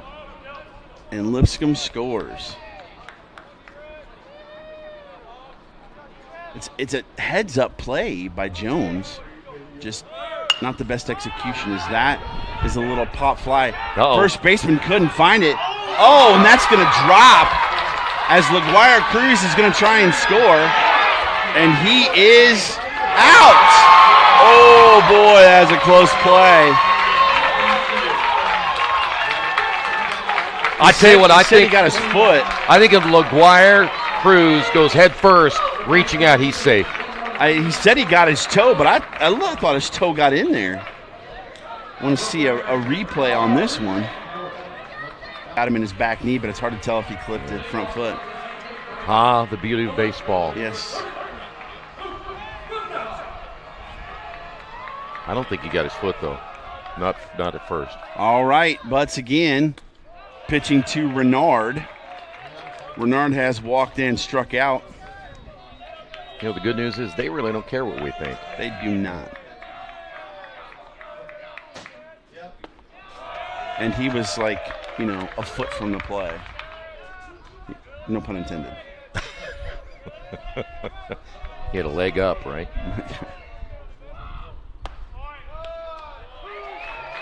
Strike two. You know, they never come up to say anything about our broadcast because we wouldn't listen to them either. See, so it's all even. That is a good point.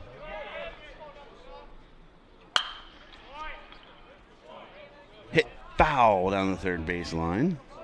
Renard 330 on the season.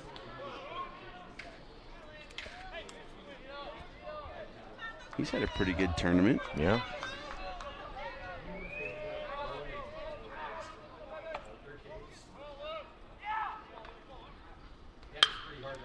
Another off-speed pitch, foul down the third baseline. What was the score of the softball final? Was it 10-2? 10-2. I saw 7, but I missed it. They hit a walk-off 3-run homer to run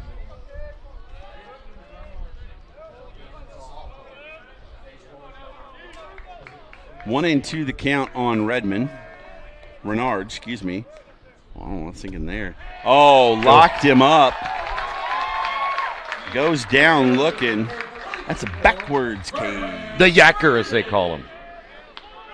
Just a few days ago, it was the, I believe, 25th anniversary of Kerry Wood's 20 strikeout game. Greatest game I've ever seen pitched. I bet. And it wasn't a no-hitter. That's weird, yeah. It should have been, but somebody gets screwed on it.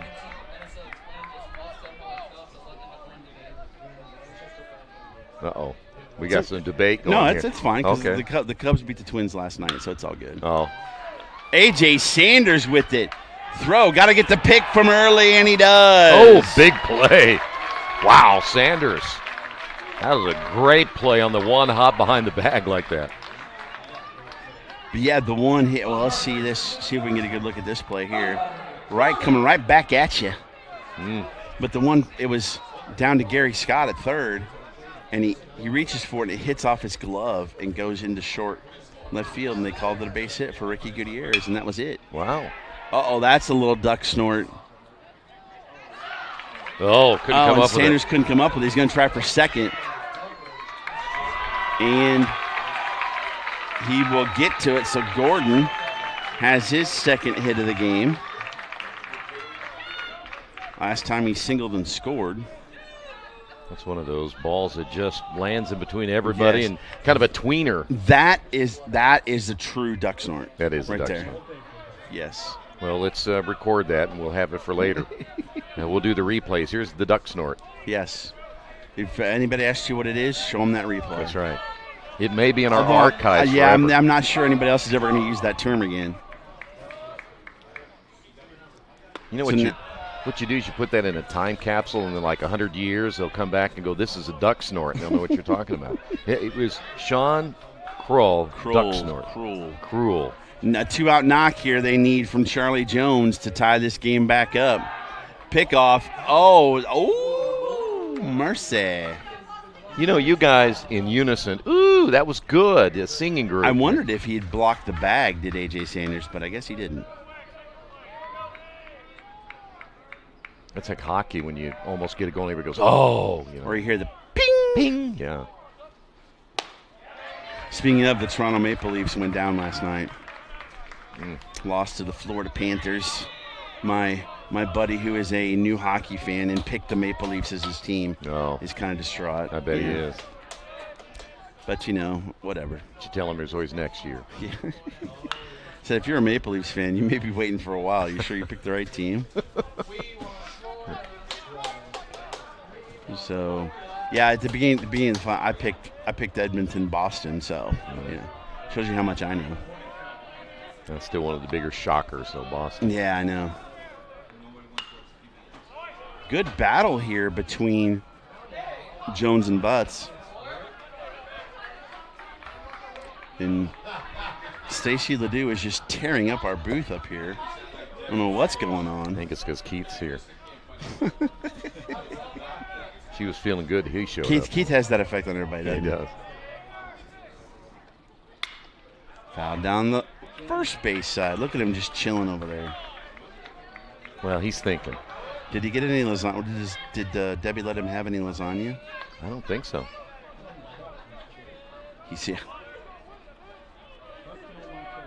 He would have been over there if she wasn't here.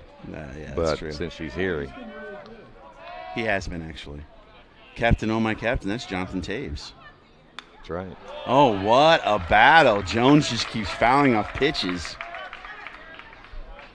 There is a right-hander now in the Grizzly bullpen. Who is that? Let me find out for you. Sam Peck. I believe he's from Bishop Chatard. Yeah. Got him swinging, and that'll do it.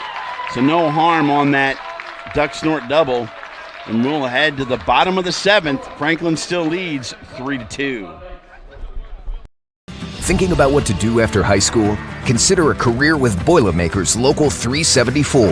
As a Boilermaker apprentice, you'll earn while you learn. We offer excellent wages and benefits, and as part of our no-cost hands-on apprenticeship program, you'll learn from the best in state-of-the-art training centers and on the job. Become a union Boilermaker and get on your way to a great career. Find out more, visit www.local374.org or call 219-845-1000.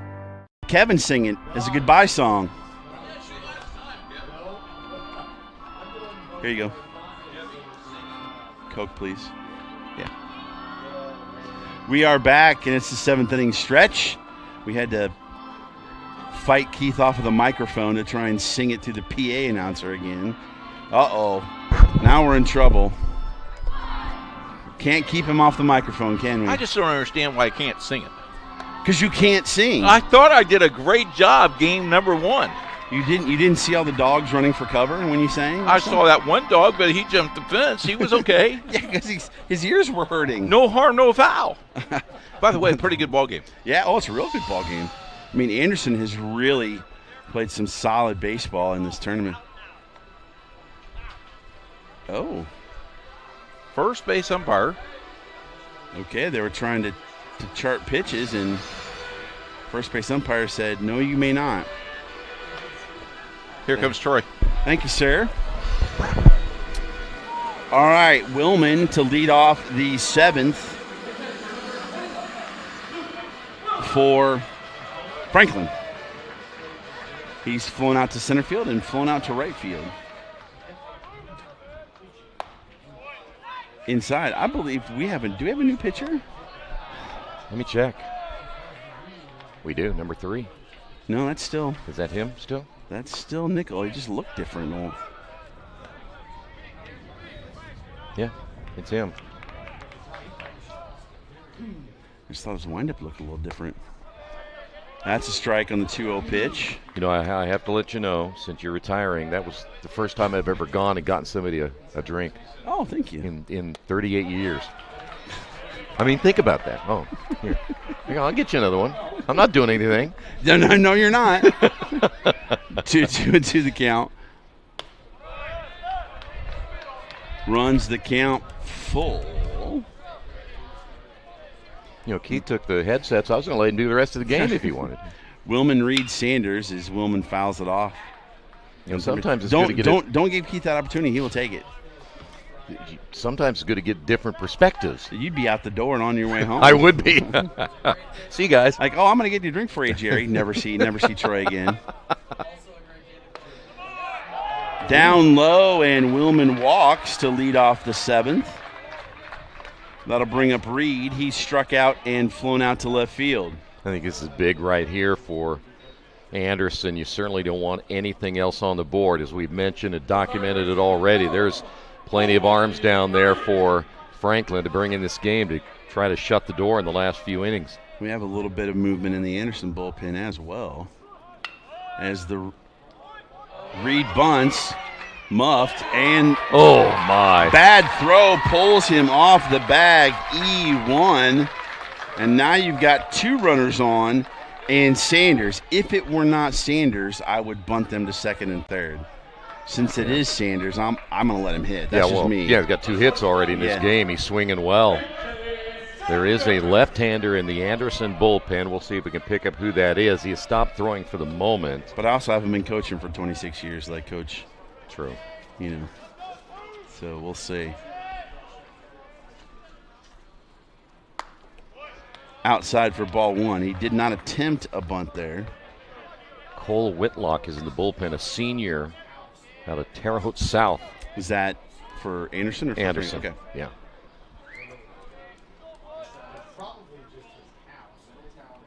Big moment here in this game. Sanders swinging strike 1. And 3-2 Franklin, bottom of the 7th. Runners on first and second, nobody out. If Franklin wins, they win the HCAC championship and get the automatic bid.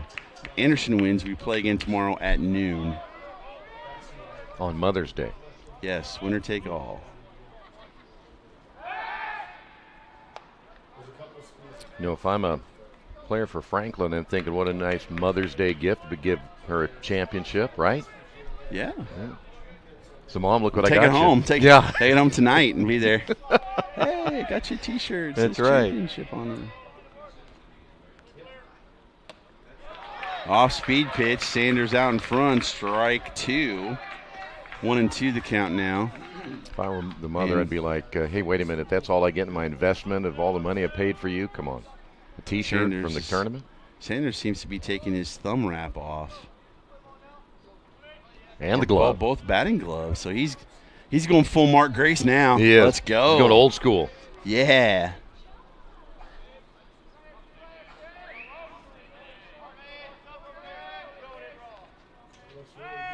Steps off.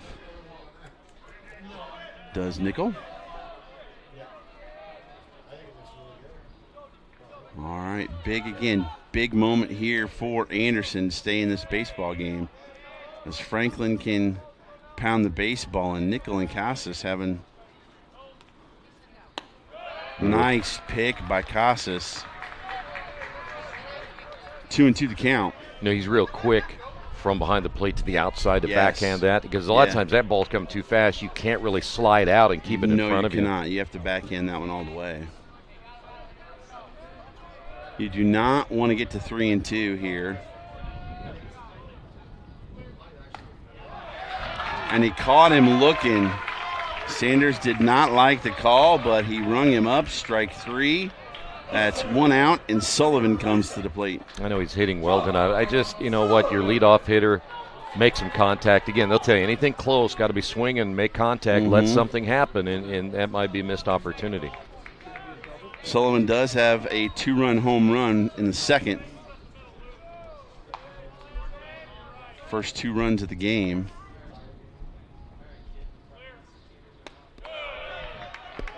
Looking to throw his name in the hopper for all-tournament team if he could go bridge right here. Well, 2 big plays in perhaps a championship matchup like this. Out in front on that outside off-speed pitch, evens the count at 1. He had a couple of bad swings in that at bat in the 5th inning after he homered in the 3rd, so see if he can make some adjustments here.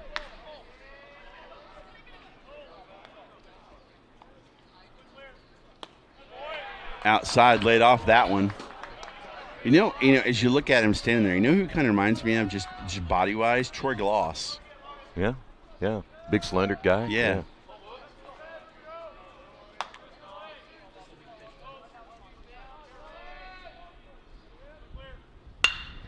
Ripped, but right there is Jones and got the double play. 4-3, they get out of the inning.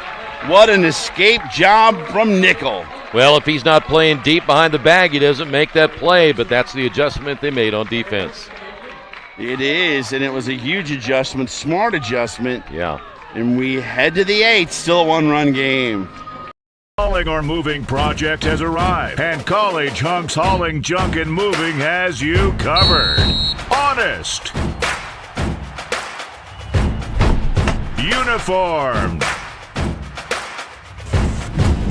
Nice. Knowledgeable. Service. College Hunks Hauling, Junk, and Moving. I thought I heard a pitch count for Nickel. What was it?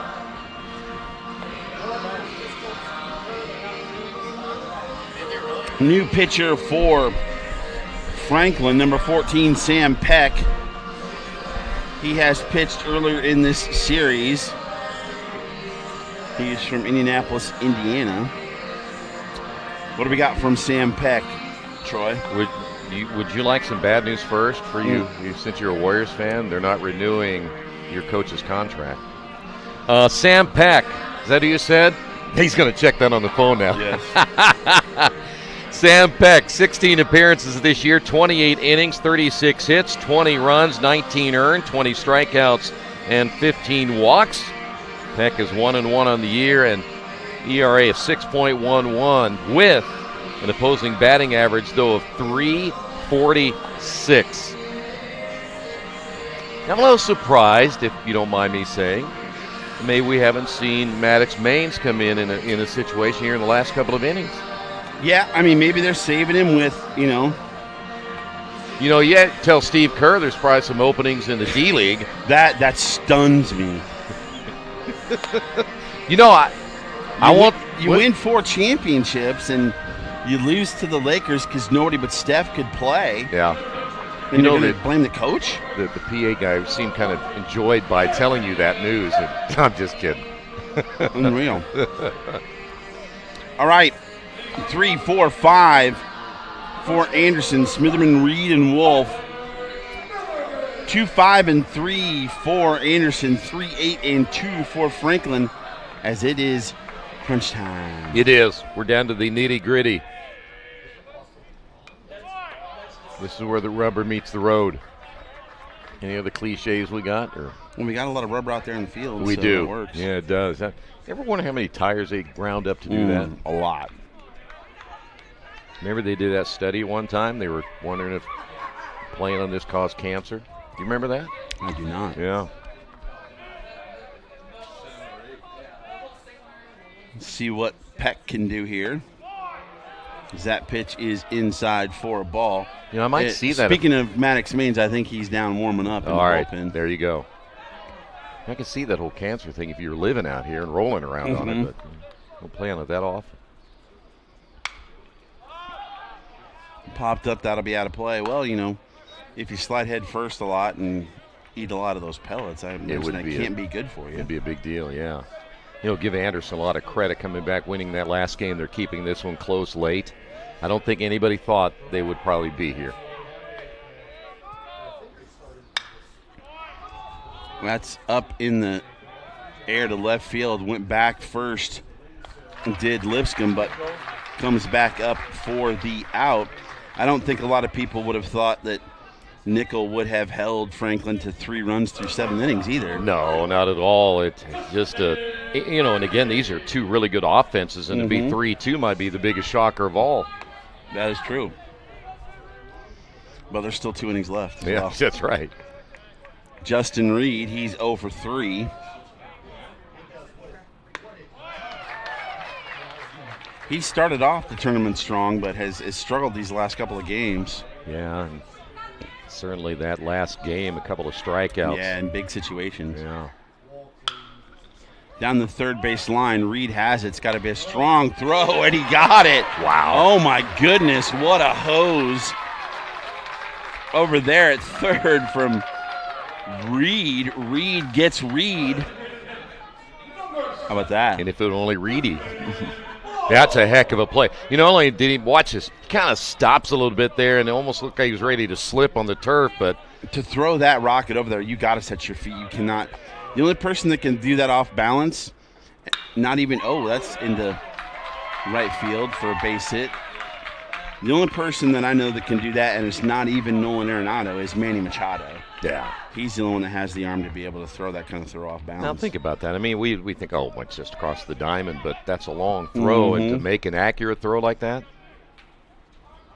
And on target. And on target, yeah.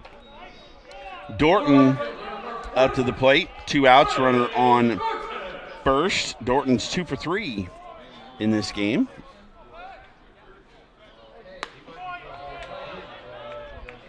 Held up. And they're going to say no swing. Dorton's had a really good tournament as well. From Westfield.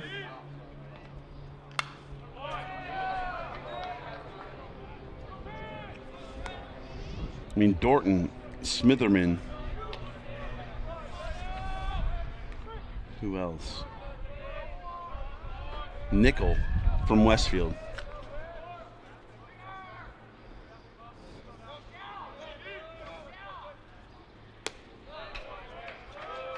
Down low, 2-1 the count.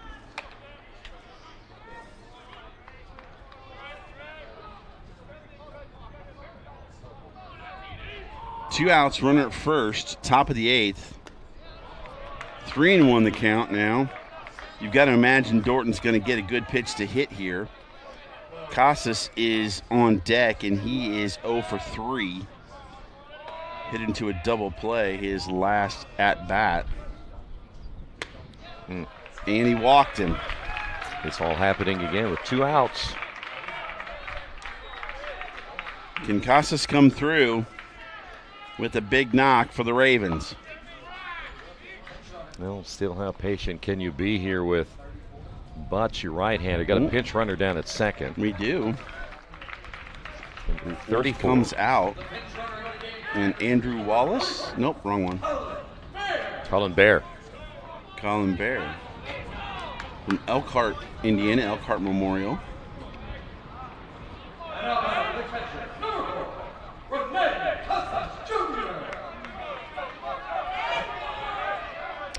Another big moment. We had one in the bottom of the 7th. We have one again at the top of the 8th. Who's going to flinch first? By the way, Casas, again, watch where his toes are on the white. He's way back in the box. He's going to get every inch he can to get a look at this pitcher. I think Peck's going to play him inside. Pitch him inside as he did that first pitch. Well, now he just went to the outside corner, and now Casas is down 0-2. Boy, anybody's guess what's going to happen here. I think he's even a little bit closer to the plate now.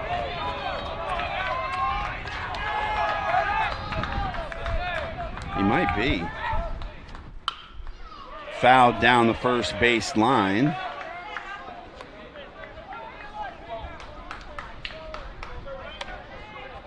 Lipscomb, Early, and Wood set to hit for Franklin in the bottom of the 8th. But they need a big out right here. Ground ball over to second. Redmond. Oh, low throw. Early picks it for the out. Early's been tremendous over there today. No harm done. 2 runners left on base as we head to the bottom of the 8th. Again, Lipscomb, Early, and Wood. We'll see. It looks like Nickel is coming back out to the bump again.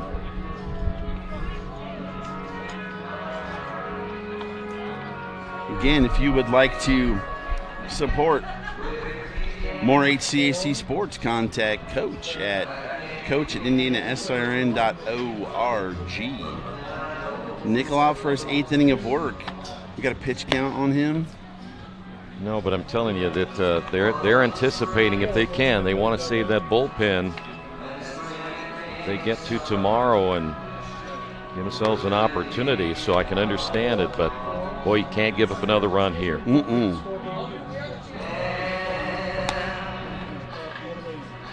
If anybody reaches, LaGuire Cruz will come to the plate. For that, 107 for Nickel right now. You can already see Gordon looks like he is going to play.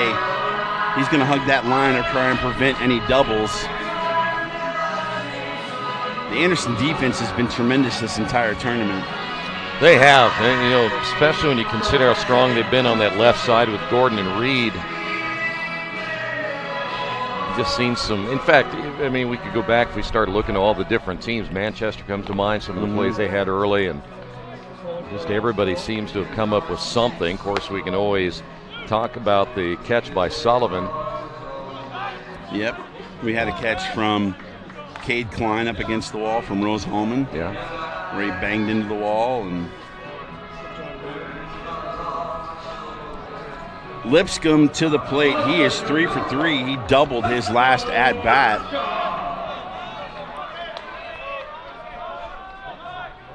Sometimes and he's hacking. Sometimes there's some guys just hard to get out. And Lipscomb one of them in this game. And right now they've needed every bit that he's given them. Some guys just have your number. Where's that breeze coming from? I don't know, but I like it. Lipscomb from Wapahane down to Reed over to first, 6-3 for the out. That'll bring up Matt Early. He's picked quite a few. By the way, if you're looking ahead to the 9th, you got 8, 9, and 1 for Anderson. Renard, Reedy, and Gordon. Probably against Maddox Mains. I would imagine. Yep, still down there getting ready. Early hits it straight back. He was looking to add an insurance run with one swing of the bat.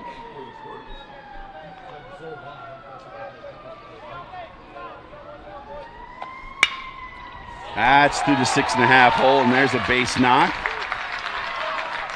Does Wood now sacrifice him over and let LaGuire Cruz try and drive him in?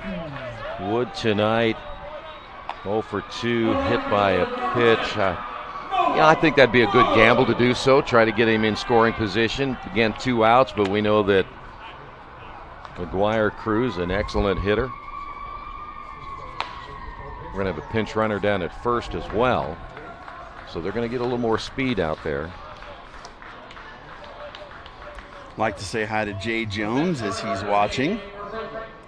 Looks like Riddick Bolton. Is that Riddick Bolton? I'll check the number there. Riddick Bowe, the old boxer? Number 40, yeah. It's actually Sean Thomas out of Perry Meridian. Rio, hope you had enjoyed your time down in Lexington. Jay, it's been a fantastic tournament up here in Kokomo. He's probably glad to be home. Ouch. Oh, well, no worry about the sacrifices. Again, Wood gets hit. I don't know if there's anything that Wood did to Nickel, but... Well, I can see the coaches looking down in the Anderson bullpen. They're probably telling them to hurry and get ready because you don't want this thing to explode, so now you're going to see a visit. So now here's the question. Do you bunt with LaGuire Cruz to get second and third but 2 outs? No, I let this guy hit. Okay. I mean, he's just too powerful of a hitter. I mean, he'll put fear into you if he gets a hold of one. He singled, walked, and reached on a fielder's choice. Now, question is, how do you pitch him? Right. And if Nichols stays in, I mean, he's again at well over 100 pitches now. We're going to wonder maybe he's tiring a little bit, but Anderson has not gone to their bullpen, and they're going to stay with him. So this is an interesting call. It's going to be one of those that if he gets out, it was a good call. If he doesn't, why didn't you take him out? Yeah, it is. The what-if game. And there's a meeting of the minds for Franklin.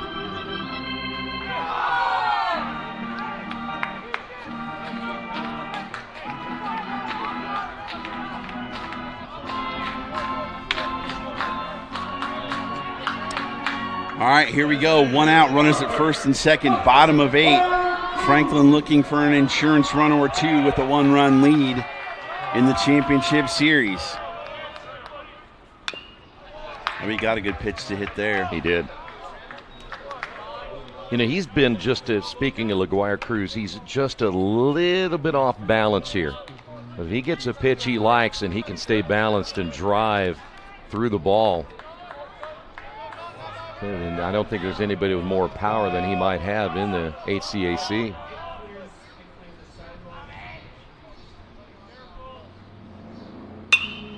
That's a little flare out into right field. That could be trouble. It is. It falls, and there's going to be, they're going to send him. Oh, my goodness, an absolute rocket again. And he dropped the ball. He dropped the ball, and the pinch runner scores. Casas had him,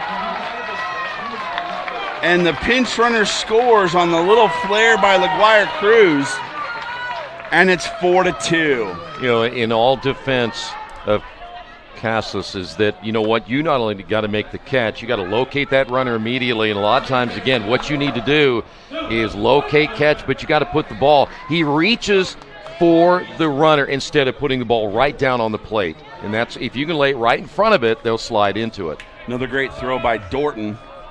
Huge insurance run. Now 1 out and a runner at third, and they got a squeeze going. And that's an absolute beauty of a bunt from Redmond, and another run scores. To perfection. And a great call by Coach Marshall, too.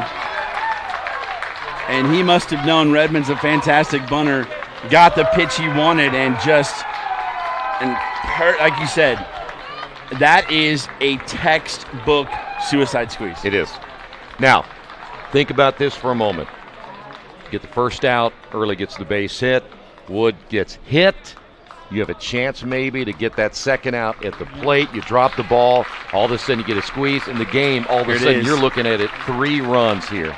Yeah, right to the right side to the left side of the pitcher, coming off the mound, and that'll do it for Logan Nickel. Outstanding night for that young man, really. As I believe he's frustrated. It's understandable, but just an outstanding night for him. We'd like to thank all the people affiliated with HCAC. Jay Jones, the commissioner, Stacy Ledoux, the assistant commissioner, Isaiah Campbell, the intern. He's been fantastic. Also here in Kokomo, the Kokomo Jackrabbits GM, Nathan Martin. I'm still waiting for my hat.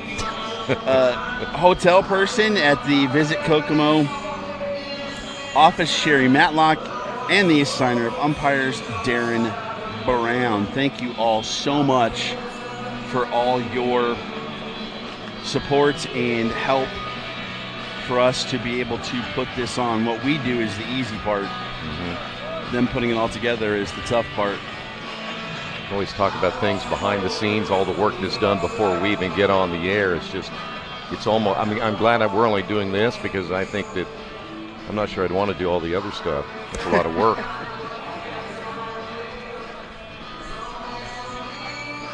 Boy, what an inning, though, when you look at how, and in fact, this is kind of how the tournament's gone in a lot of ways. You go back and forth, and just one little thing that might happen one way or the other, and then the floodgates open a little bit. Anderson did the same thing, and they're win against Transylvania. You're down 6-0, and it looked like there is no way that they're going to come back, and all of a sudden, boom, boom, boom, boom, boom, and Transylvania couldn't stop the bleeding, and just kind of the way this game of baseball is, kind of the way sports is. I mean, you could be high as a kite 1 minute, and then you get humbled really fast the next minute. So like Steve Kerr? Like Steve Kerr, who will be available now to anybody. But you really have to keep an even keel, and they always say never too high, never too low. All right, 2 outs, runner on second, 5-2 after a huge 2-spot here in the bottom of the 8th. Once again, looking forward to the bottom of or top of the 9th. Renard, Reedy, and Gordon, 8, 9, and 1 for Anderson. But you got to get this last out here in the 8th. That is in for a strike. Willman is 0 for 2 with a walk. He's had a decent tournament.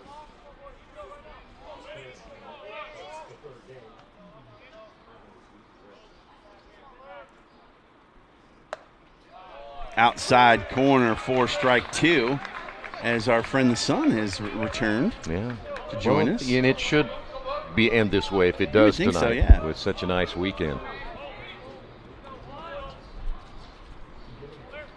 Next pitch, runner takes off, throw down to third, could get him with a tag right here, and they do.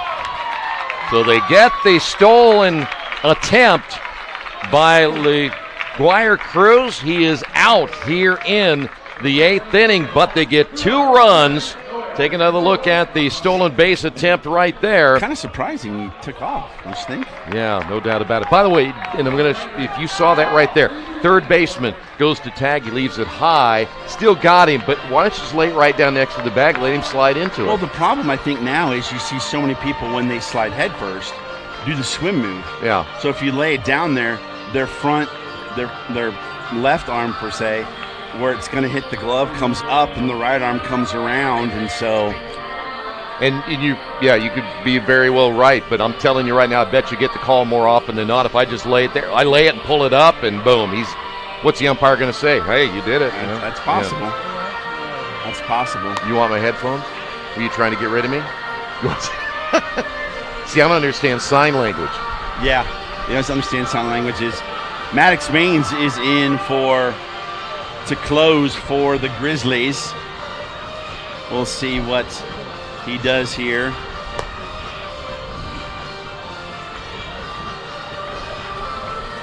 I need to find out what this song is. I don't think I have it on my iPhone. So I know what it is, but I'm gonna let you find it first. I have my headphones on, so I didn't hear what he said. So the all-tournament team's coming up, and we'll have that announcement if everything goes according to plan here in the 9th inning and Franklin wins. And Coach is going to be down on the field, so we'll have him down there as well. Not only for that, but he'll have a special interview as well.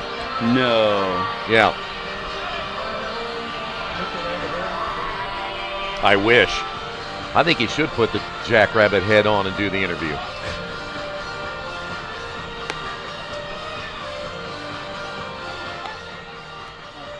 Okay, here we go. Maddox Maines from the great city of New Palestine, Indiana. Well, yeah, here we go. Here's your closer now. He's got a nice mullet flowing too as well.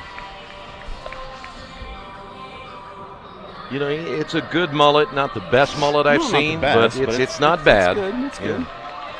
The best hair in this whole tournament, beard-wise, we know who that is. Well, yeah, that's LeGuire Cruz. The best hair is that young man from Anderson. Yeah, you got the blonde locks. Here we go.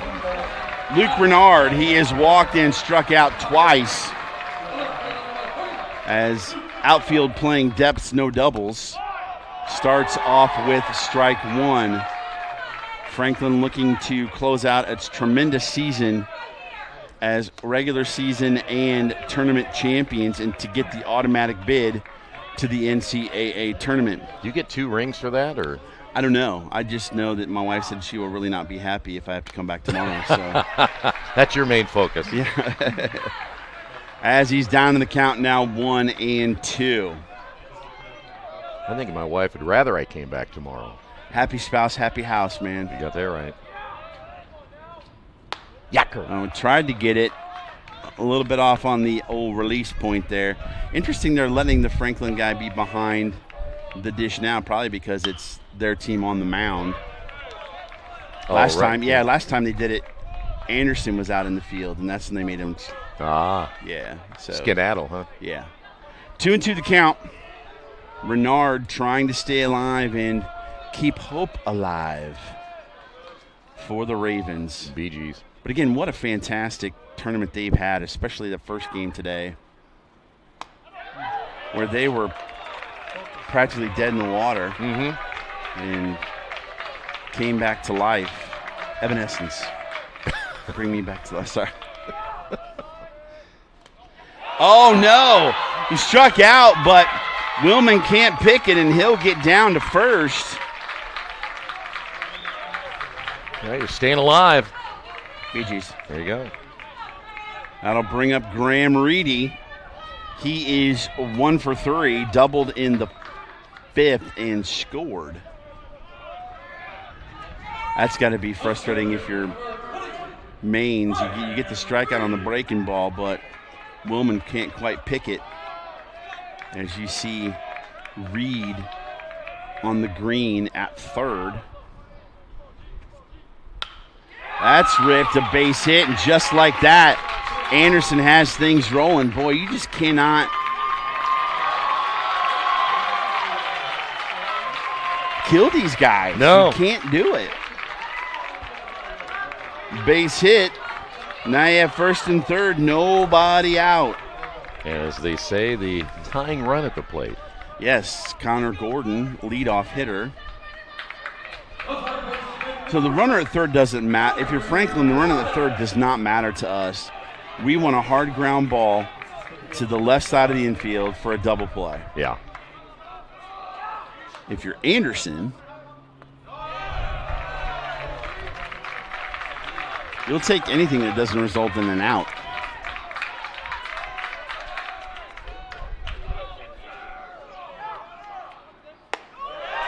As Mains is down 2-0. Boy, this is big for Anderson. You're going up against the closer. His early success in the 9th inning. And now we're going to get a visit from Coach. So is that cheer for him coming out, or is it a cheer that he's coming out and having to talk to his pitcher? It's a cheer that he's coming out. So that he's not that popular with the Anderson No, people. no. Well, I mean, Coach is a great guy. I'd be like, you're thank loopy. You. You're Thank loopy. you. Yeah, it's time to go. I'd be like, thank you. Is there an all-tournament coach?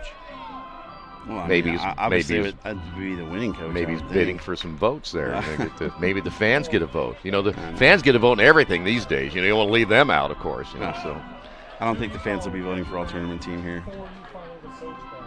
Listen, you never leave any stone unturned. If you get a vote out there, you take it. Too much homerism for the fans in this case. That's true.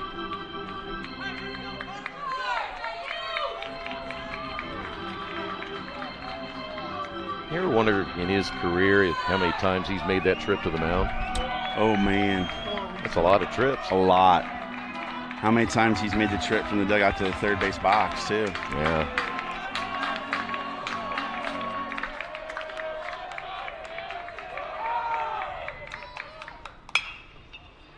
Ground ball foul down the first base line. It's a good pitch by Mains there. That would have been another interesting discussion. Is that one we're going to put into books where, all of a sudden Franklin gets a couple of quick outs and just like that you got two and it went out from being over and it was because of the talk. That's true.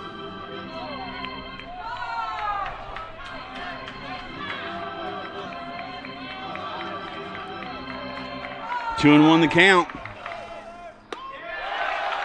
High for ball 3. Got to imagine Gordon's taking here. Charlie Jones on deck.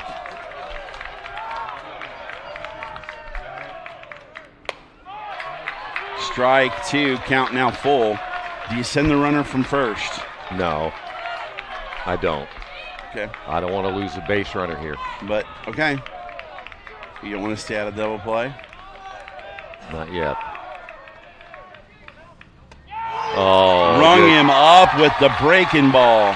Well, I know that Gordon turned around and dropped his bat like he thought he had the walk, but boy, again, anything close like that, you've got to be putting the, as they say, the wood on the ball.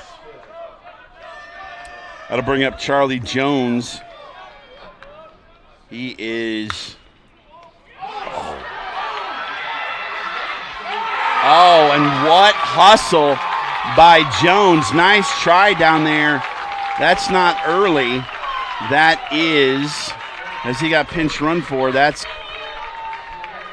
Andrew Wallace trying to make the tough play. It'll be a single for Jones and a run scores. Man, he got down the line fast. Well, and in the defense of Wallace, as you take another look at him, that ball rolls out of his first baseman's mitt, and the next thing you know, he's trying to get back as quickly as he can, just couldn't do so, but great effort. So Smitherman comes up, tying run at first, go-ahead run at the plate. 1 out, top of 9. Now makes you wonder if they don't pinch run for early, does he make that play at first? That's, good question. Well, this is a dangerous hitter right here. Breaking ball, just a little bit outside. Question is, does, and again, Anderson are going to be the cardiac kids for a second straight game? Yeah. I mean, they're certainly making it interesting. Wouldn't have it any other way. That's through the hole. Into left field. Lipscomb up with it. A run's going to score. Wow. It's a 1-run game. Absolutely amazing. Well, you thought after Franklin got those 2 runs in the bottom of the 8th, your closers coming in, they could shut the door, and it just isn't going to shut yet. You got 1 out and Justin Reed at the plate. Tying run at second, go-ahead run at first, and he's taken off. And he steals third. Yeah, they didn't even look at him. Well, you still have the double play in order because Smitherman is still at first.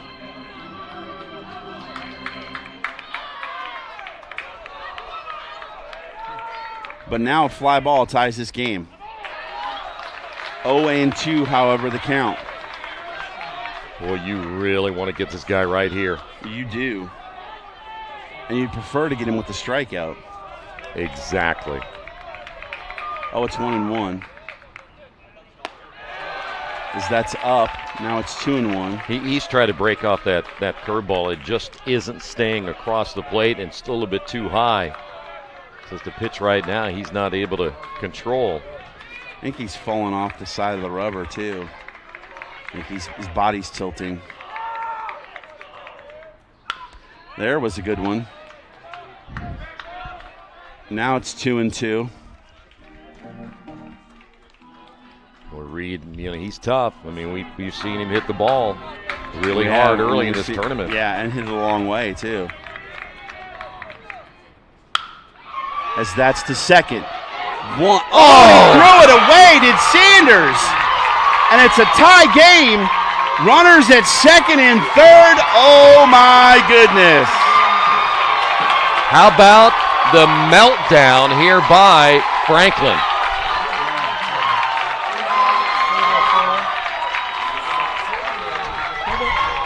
Wow. 3 runs have tied it, and there's still 1 out with runners at second and third. Holy cow. We got us a pinch hitter here. Jed Downham, it looks like. Left-handed hitter. For Griffin Wolf, who's a lefty himself. Wow. Unbelievable. And it all started with the strikeout. Wild pitch that allowed him to get down to first because you had 1 out. Yeah. Amazing. Just amazing. Infield in. Low for ball one. Well, and you know what? You bring your closer in. That's why he's a closer. He's got to shut the door, and it just hasn't happened, but you can't make miscues. 3 errors by each team. Yeah, 2 this inning for, well, a wild pitch and an error. No dice on that one. Now it's 2-0. You get a base hit here, you can score 2. Man, oh, man. How's your wife going to feel now? Not happy. Fouled straight back, 2-1. At least I'll come home tonight, so I got that going for me. That's true.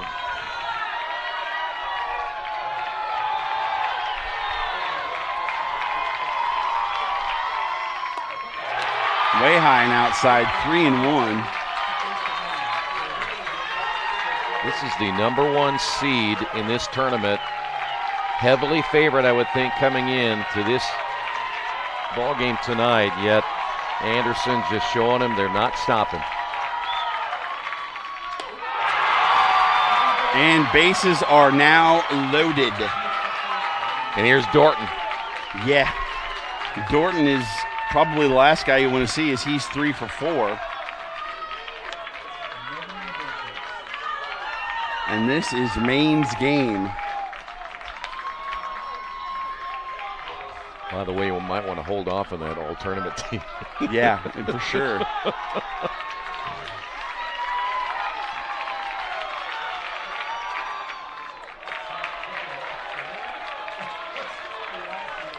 You know, I'm not sure about that. See, they're like they'd throw it away right there the way this inning is gone. Yes. Has gone off the rails for Franklin. And the Franklin side is going crazy. Yeah. And they should.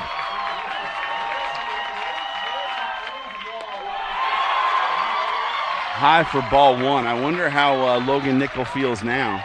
Probably a lot better. Yeah, no doubt.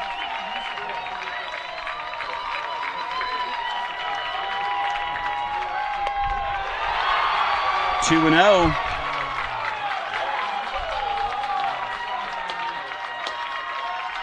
Well, I tell you what, if I'm Dorton right now, I'm going to wait till you get that strike. You are struggling mightily.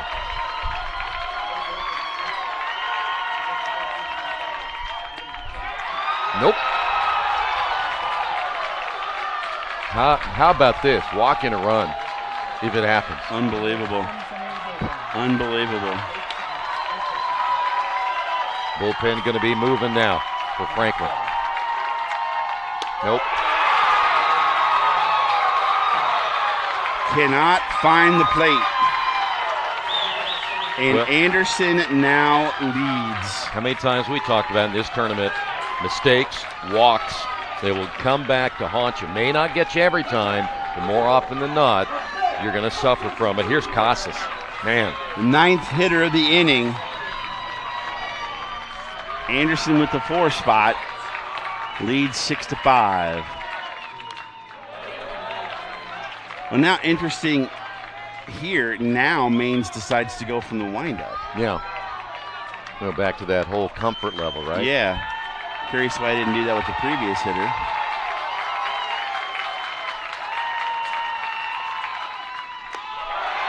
Still can't find his location on his breaking ball. You know what? And you look up there and you go, it's still just one out. Yes. That could be yes, exactly. Nuts here. Ooh. Foul down the first base line. 1-2 the count. Now just think, if that ball doesn't roll away from Wallace there, he makes that out. You're probably on your way home enjoying Mother's Day. Again, right? It's the wild pitch and the strikeout on the first hitter. Exactly. Renard gets down.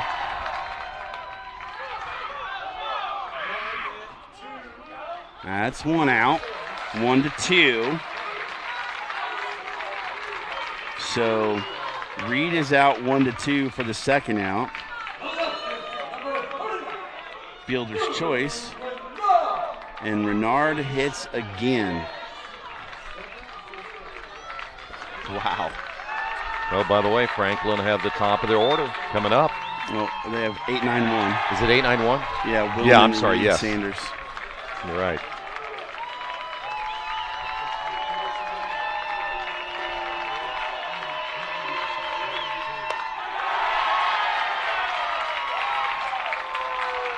Landon Southern is in the bin now for Anderson.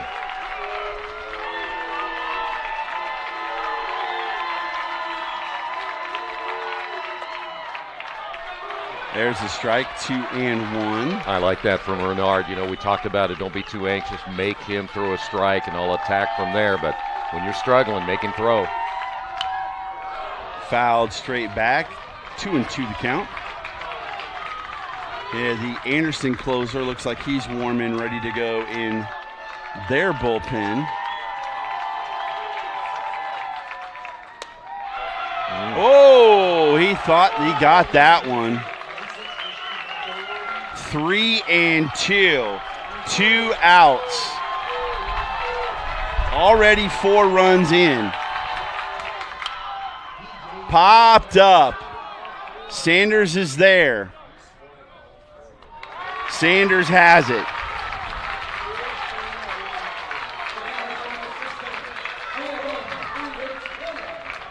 Four runs, 3 hits, 1 error, 3 left on base. We go to the bottom of the 9th. Franklin now down 1. Willman, Reed, and Sanders.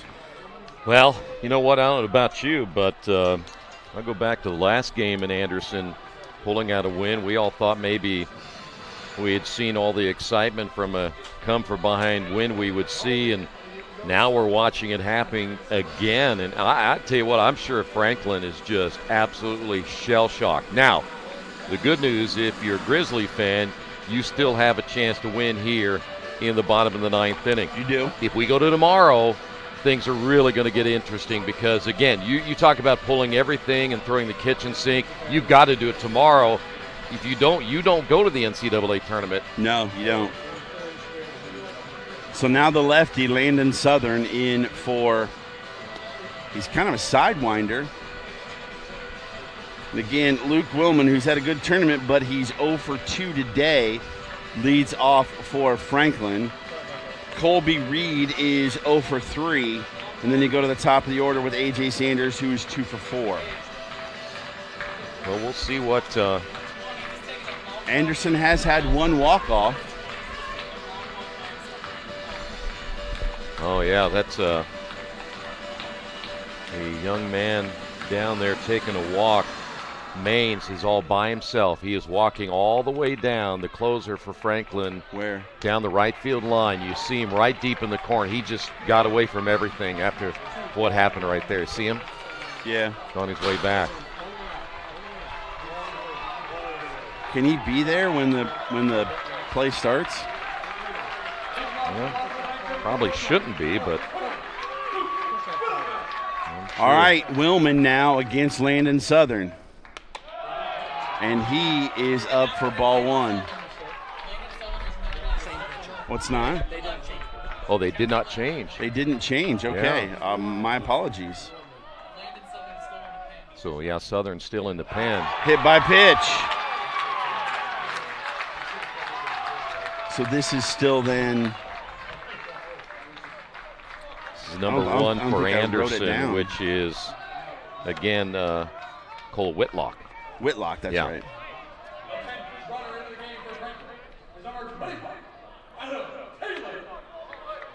Pinch runner. Taylor. So now Colby Reed. Are you bunting?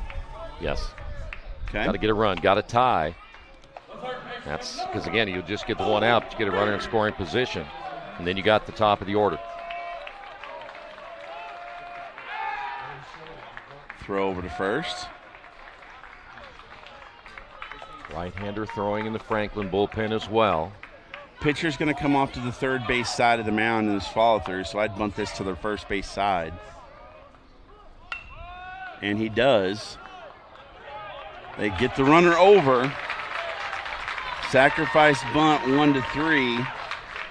And now you've got a runner at second, the tying run, and the top of the order in A.J. Sanders. All right, here it is. I mean, these are the guys that won you 32 games this year. Mm-hmm. We've talked it ad nauseum to the amount of times they've had a potent lineup. Now it's a chance. You're going to prove yourself. You're the number 1 seed. Let's see what you got here.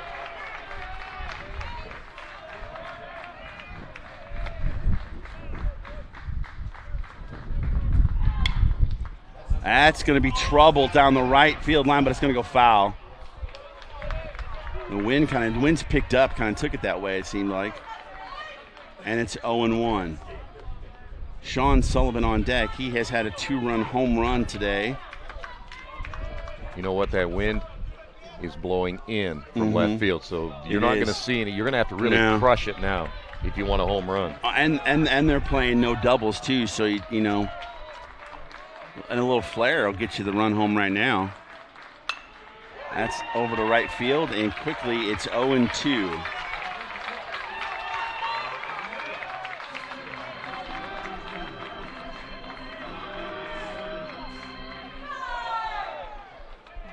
What can A.J. Sanders do here? 400 hitter on the year.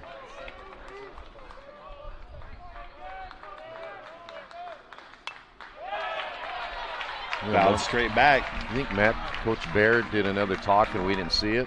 Maybe he did. I don't know. Snuck one in. 4 runs in the top of the 9th for Anderson. Has them up 6-5 here in the bottom of the 9th. 1 out. Tying run at second for Franklin. Leadoff hitter A.J. Sanders at the plate.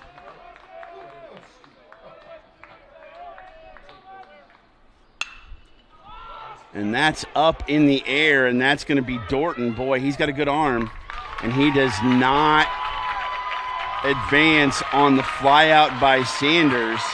And now it's up to Sean Sullivan. Well, second base, Wellman's not a runner. I'm not even going to try. I mean, he knew what kind of arm that he had. But, you know, here's Sullivan again. He had the 2 big plays, had the big home run, and then he also had that nice defensive play. So, you know what? You got your number 2 hitter. Struck out a couple of times tonight. But he's an excellent hitter and a guy you want in this situation with a runner at second base.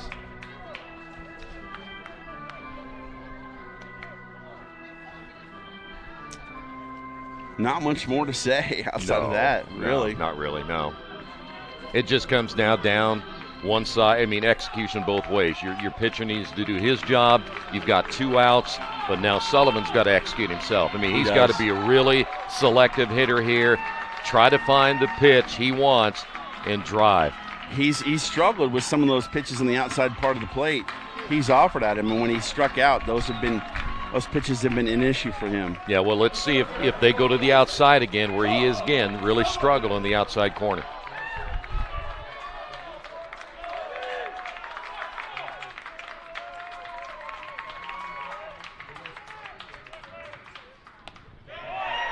Down low from Whitlock, 1-0. Lipscomb on deck, and he is 3 for 4.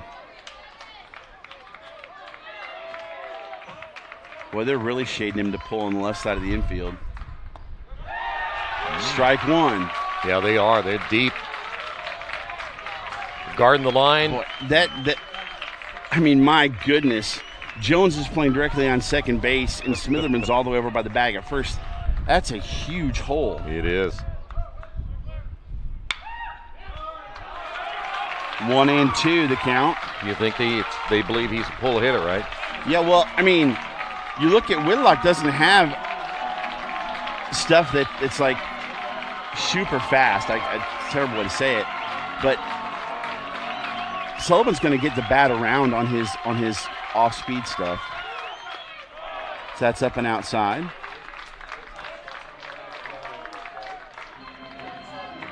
It's not like he's throwing enough gas that they have to worry about him going the other way. Yeah. Now, if he inside-out swings it, he can.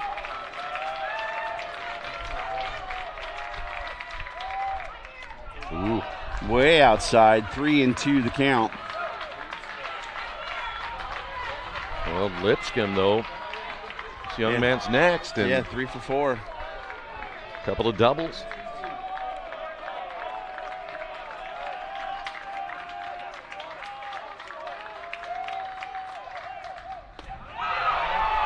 Is low. What a take. I cannot believe he took that pitch.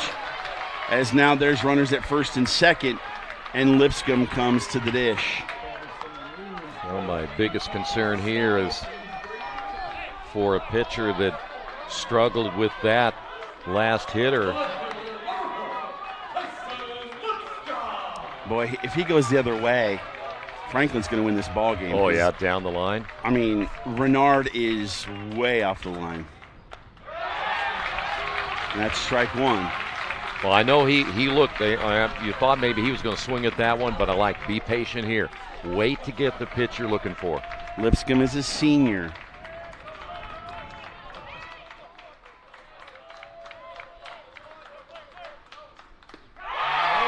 Off-speed pitch out in front, and quickly it's 0-2. Uh-oh.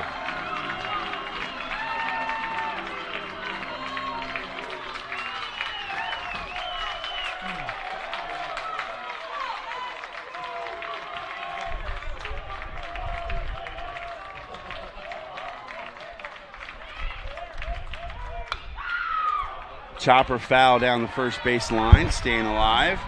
BG's.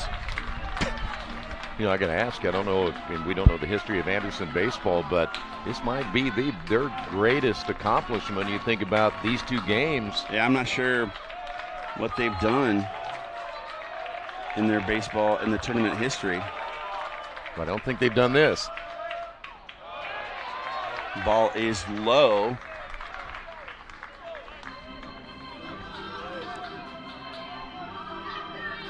They won the tournament in 2015 and in 2001. But I doubt they did it like this. If they that is true, end up coming and winning this one and then coming back tomorrow and winning. As the 5 seed.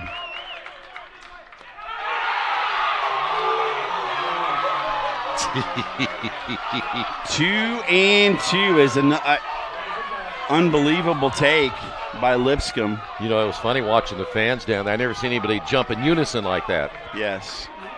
In disgust, by the way.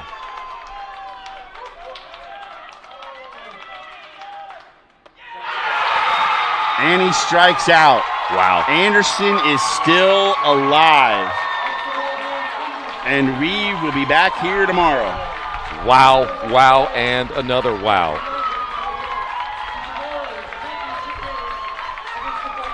A team that beat you this year, 11-3, 13-2. You fall down, you're winning, going into the ninth inning, you have 4 runs, and you're going to do it again. 2 cardiac kid ball games in a row over the 1 and 2 seeds. Unreal. They are living right, that's for sure. And we have us a winner take all tomorrow at noon right here on HCAC.tv. Well, holy cow. There you go. That's why you win some, you lose some, and some get rained out. But unfortunately for this one, we're going to come back for, what, 12:30 or noon? Is it noon? Noon. So here we It's go. a noon game. Winner take all? Yeah, it's winner take all. As Anderson, time after time after time, has... Did they win their first game? Of the tournament? In the tournament? Or did they lose? They played Rose Holman. They lost it 4-3. Rose Holman, and they've won every game since then. Yeah. How about that? Yeah. Yep. Unreal. Last thoughts. Well, you know what? It kind of shows you again, and we've seen it in overtime in just about any sporting event. It doesn't matter sometimes what your seed is. If you come ready to play and you execute, get some lucky breaks now and then, you can do about anything. And Anderson has proved that in this game here tonight, because I'm sure that you, me, and everybody else thought Franklin's going to win this. Didn't happen. So now tomorrow, do they have another miracle in their tank tomorrow? You see it there, 6-9-3 for Anderson, 5-10-3 for Franklin, 4 Keith Myers, 4 Jerry Collins, 4 Troy Daragowski. I'm Sean Crawl. We will see you tomorrow at 11:45 for Championship Pregame Show right here on HCAC.tv.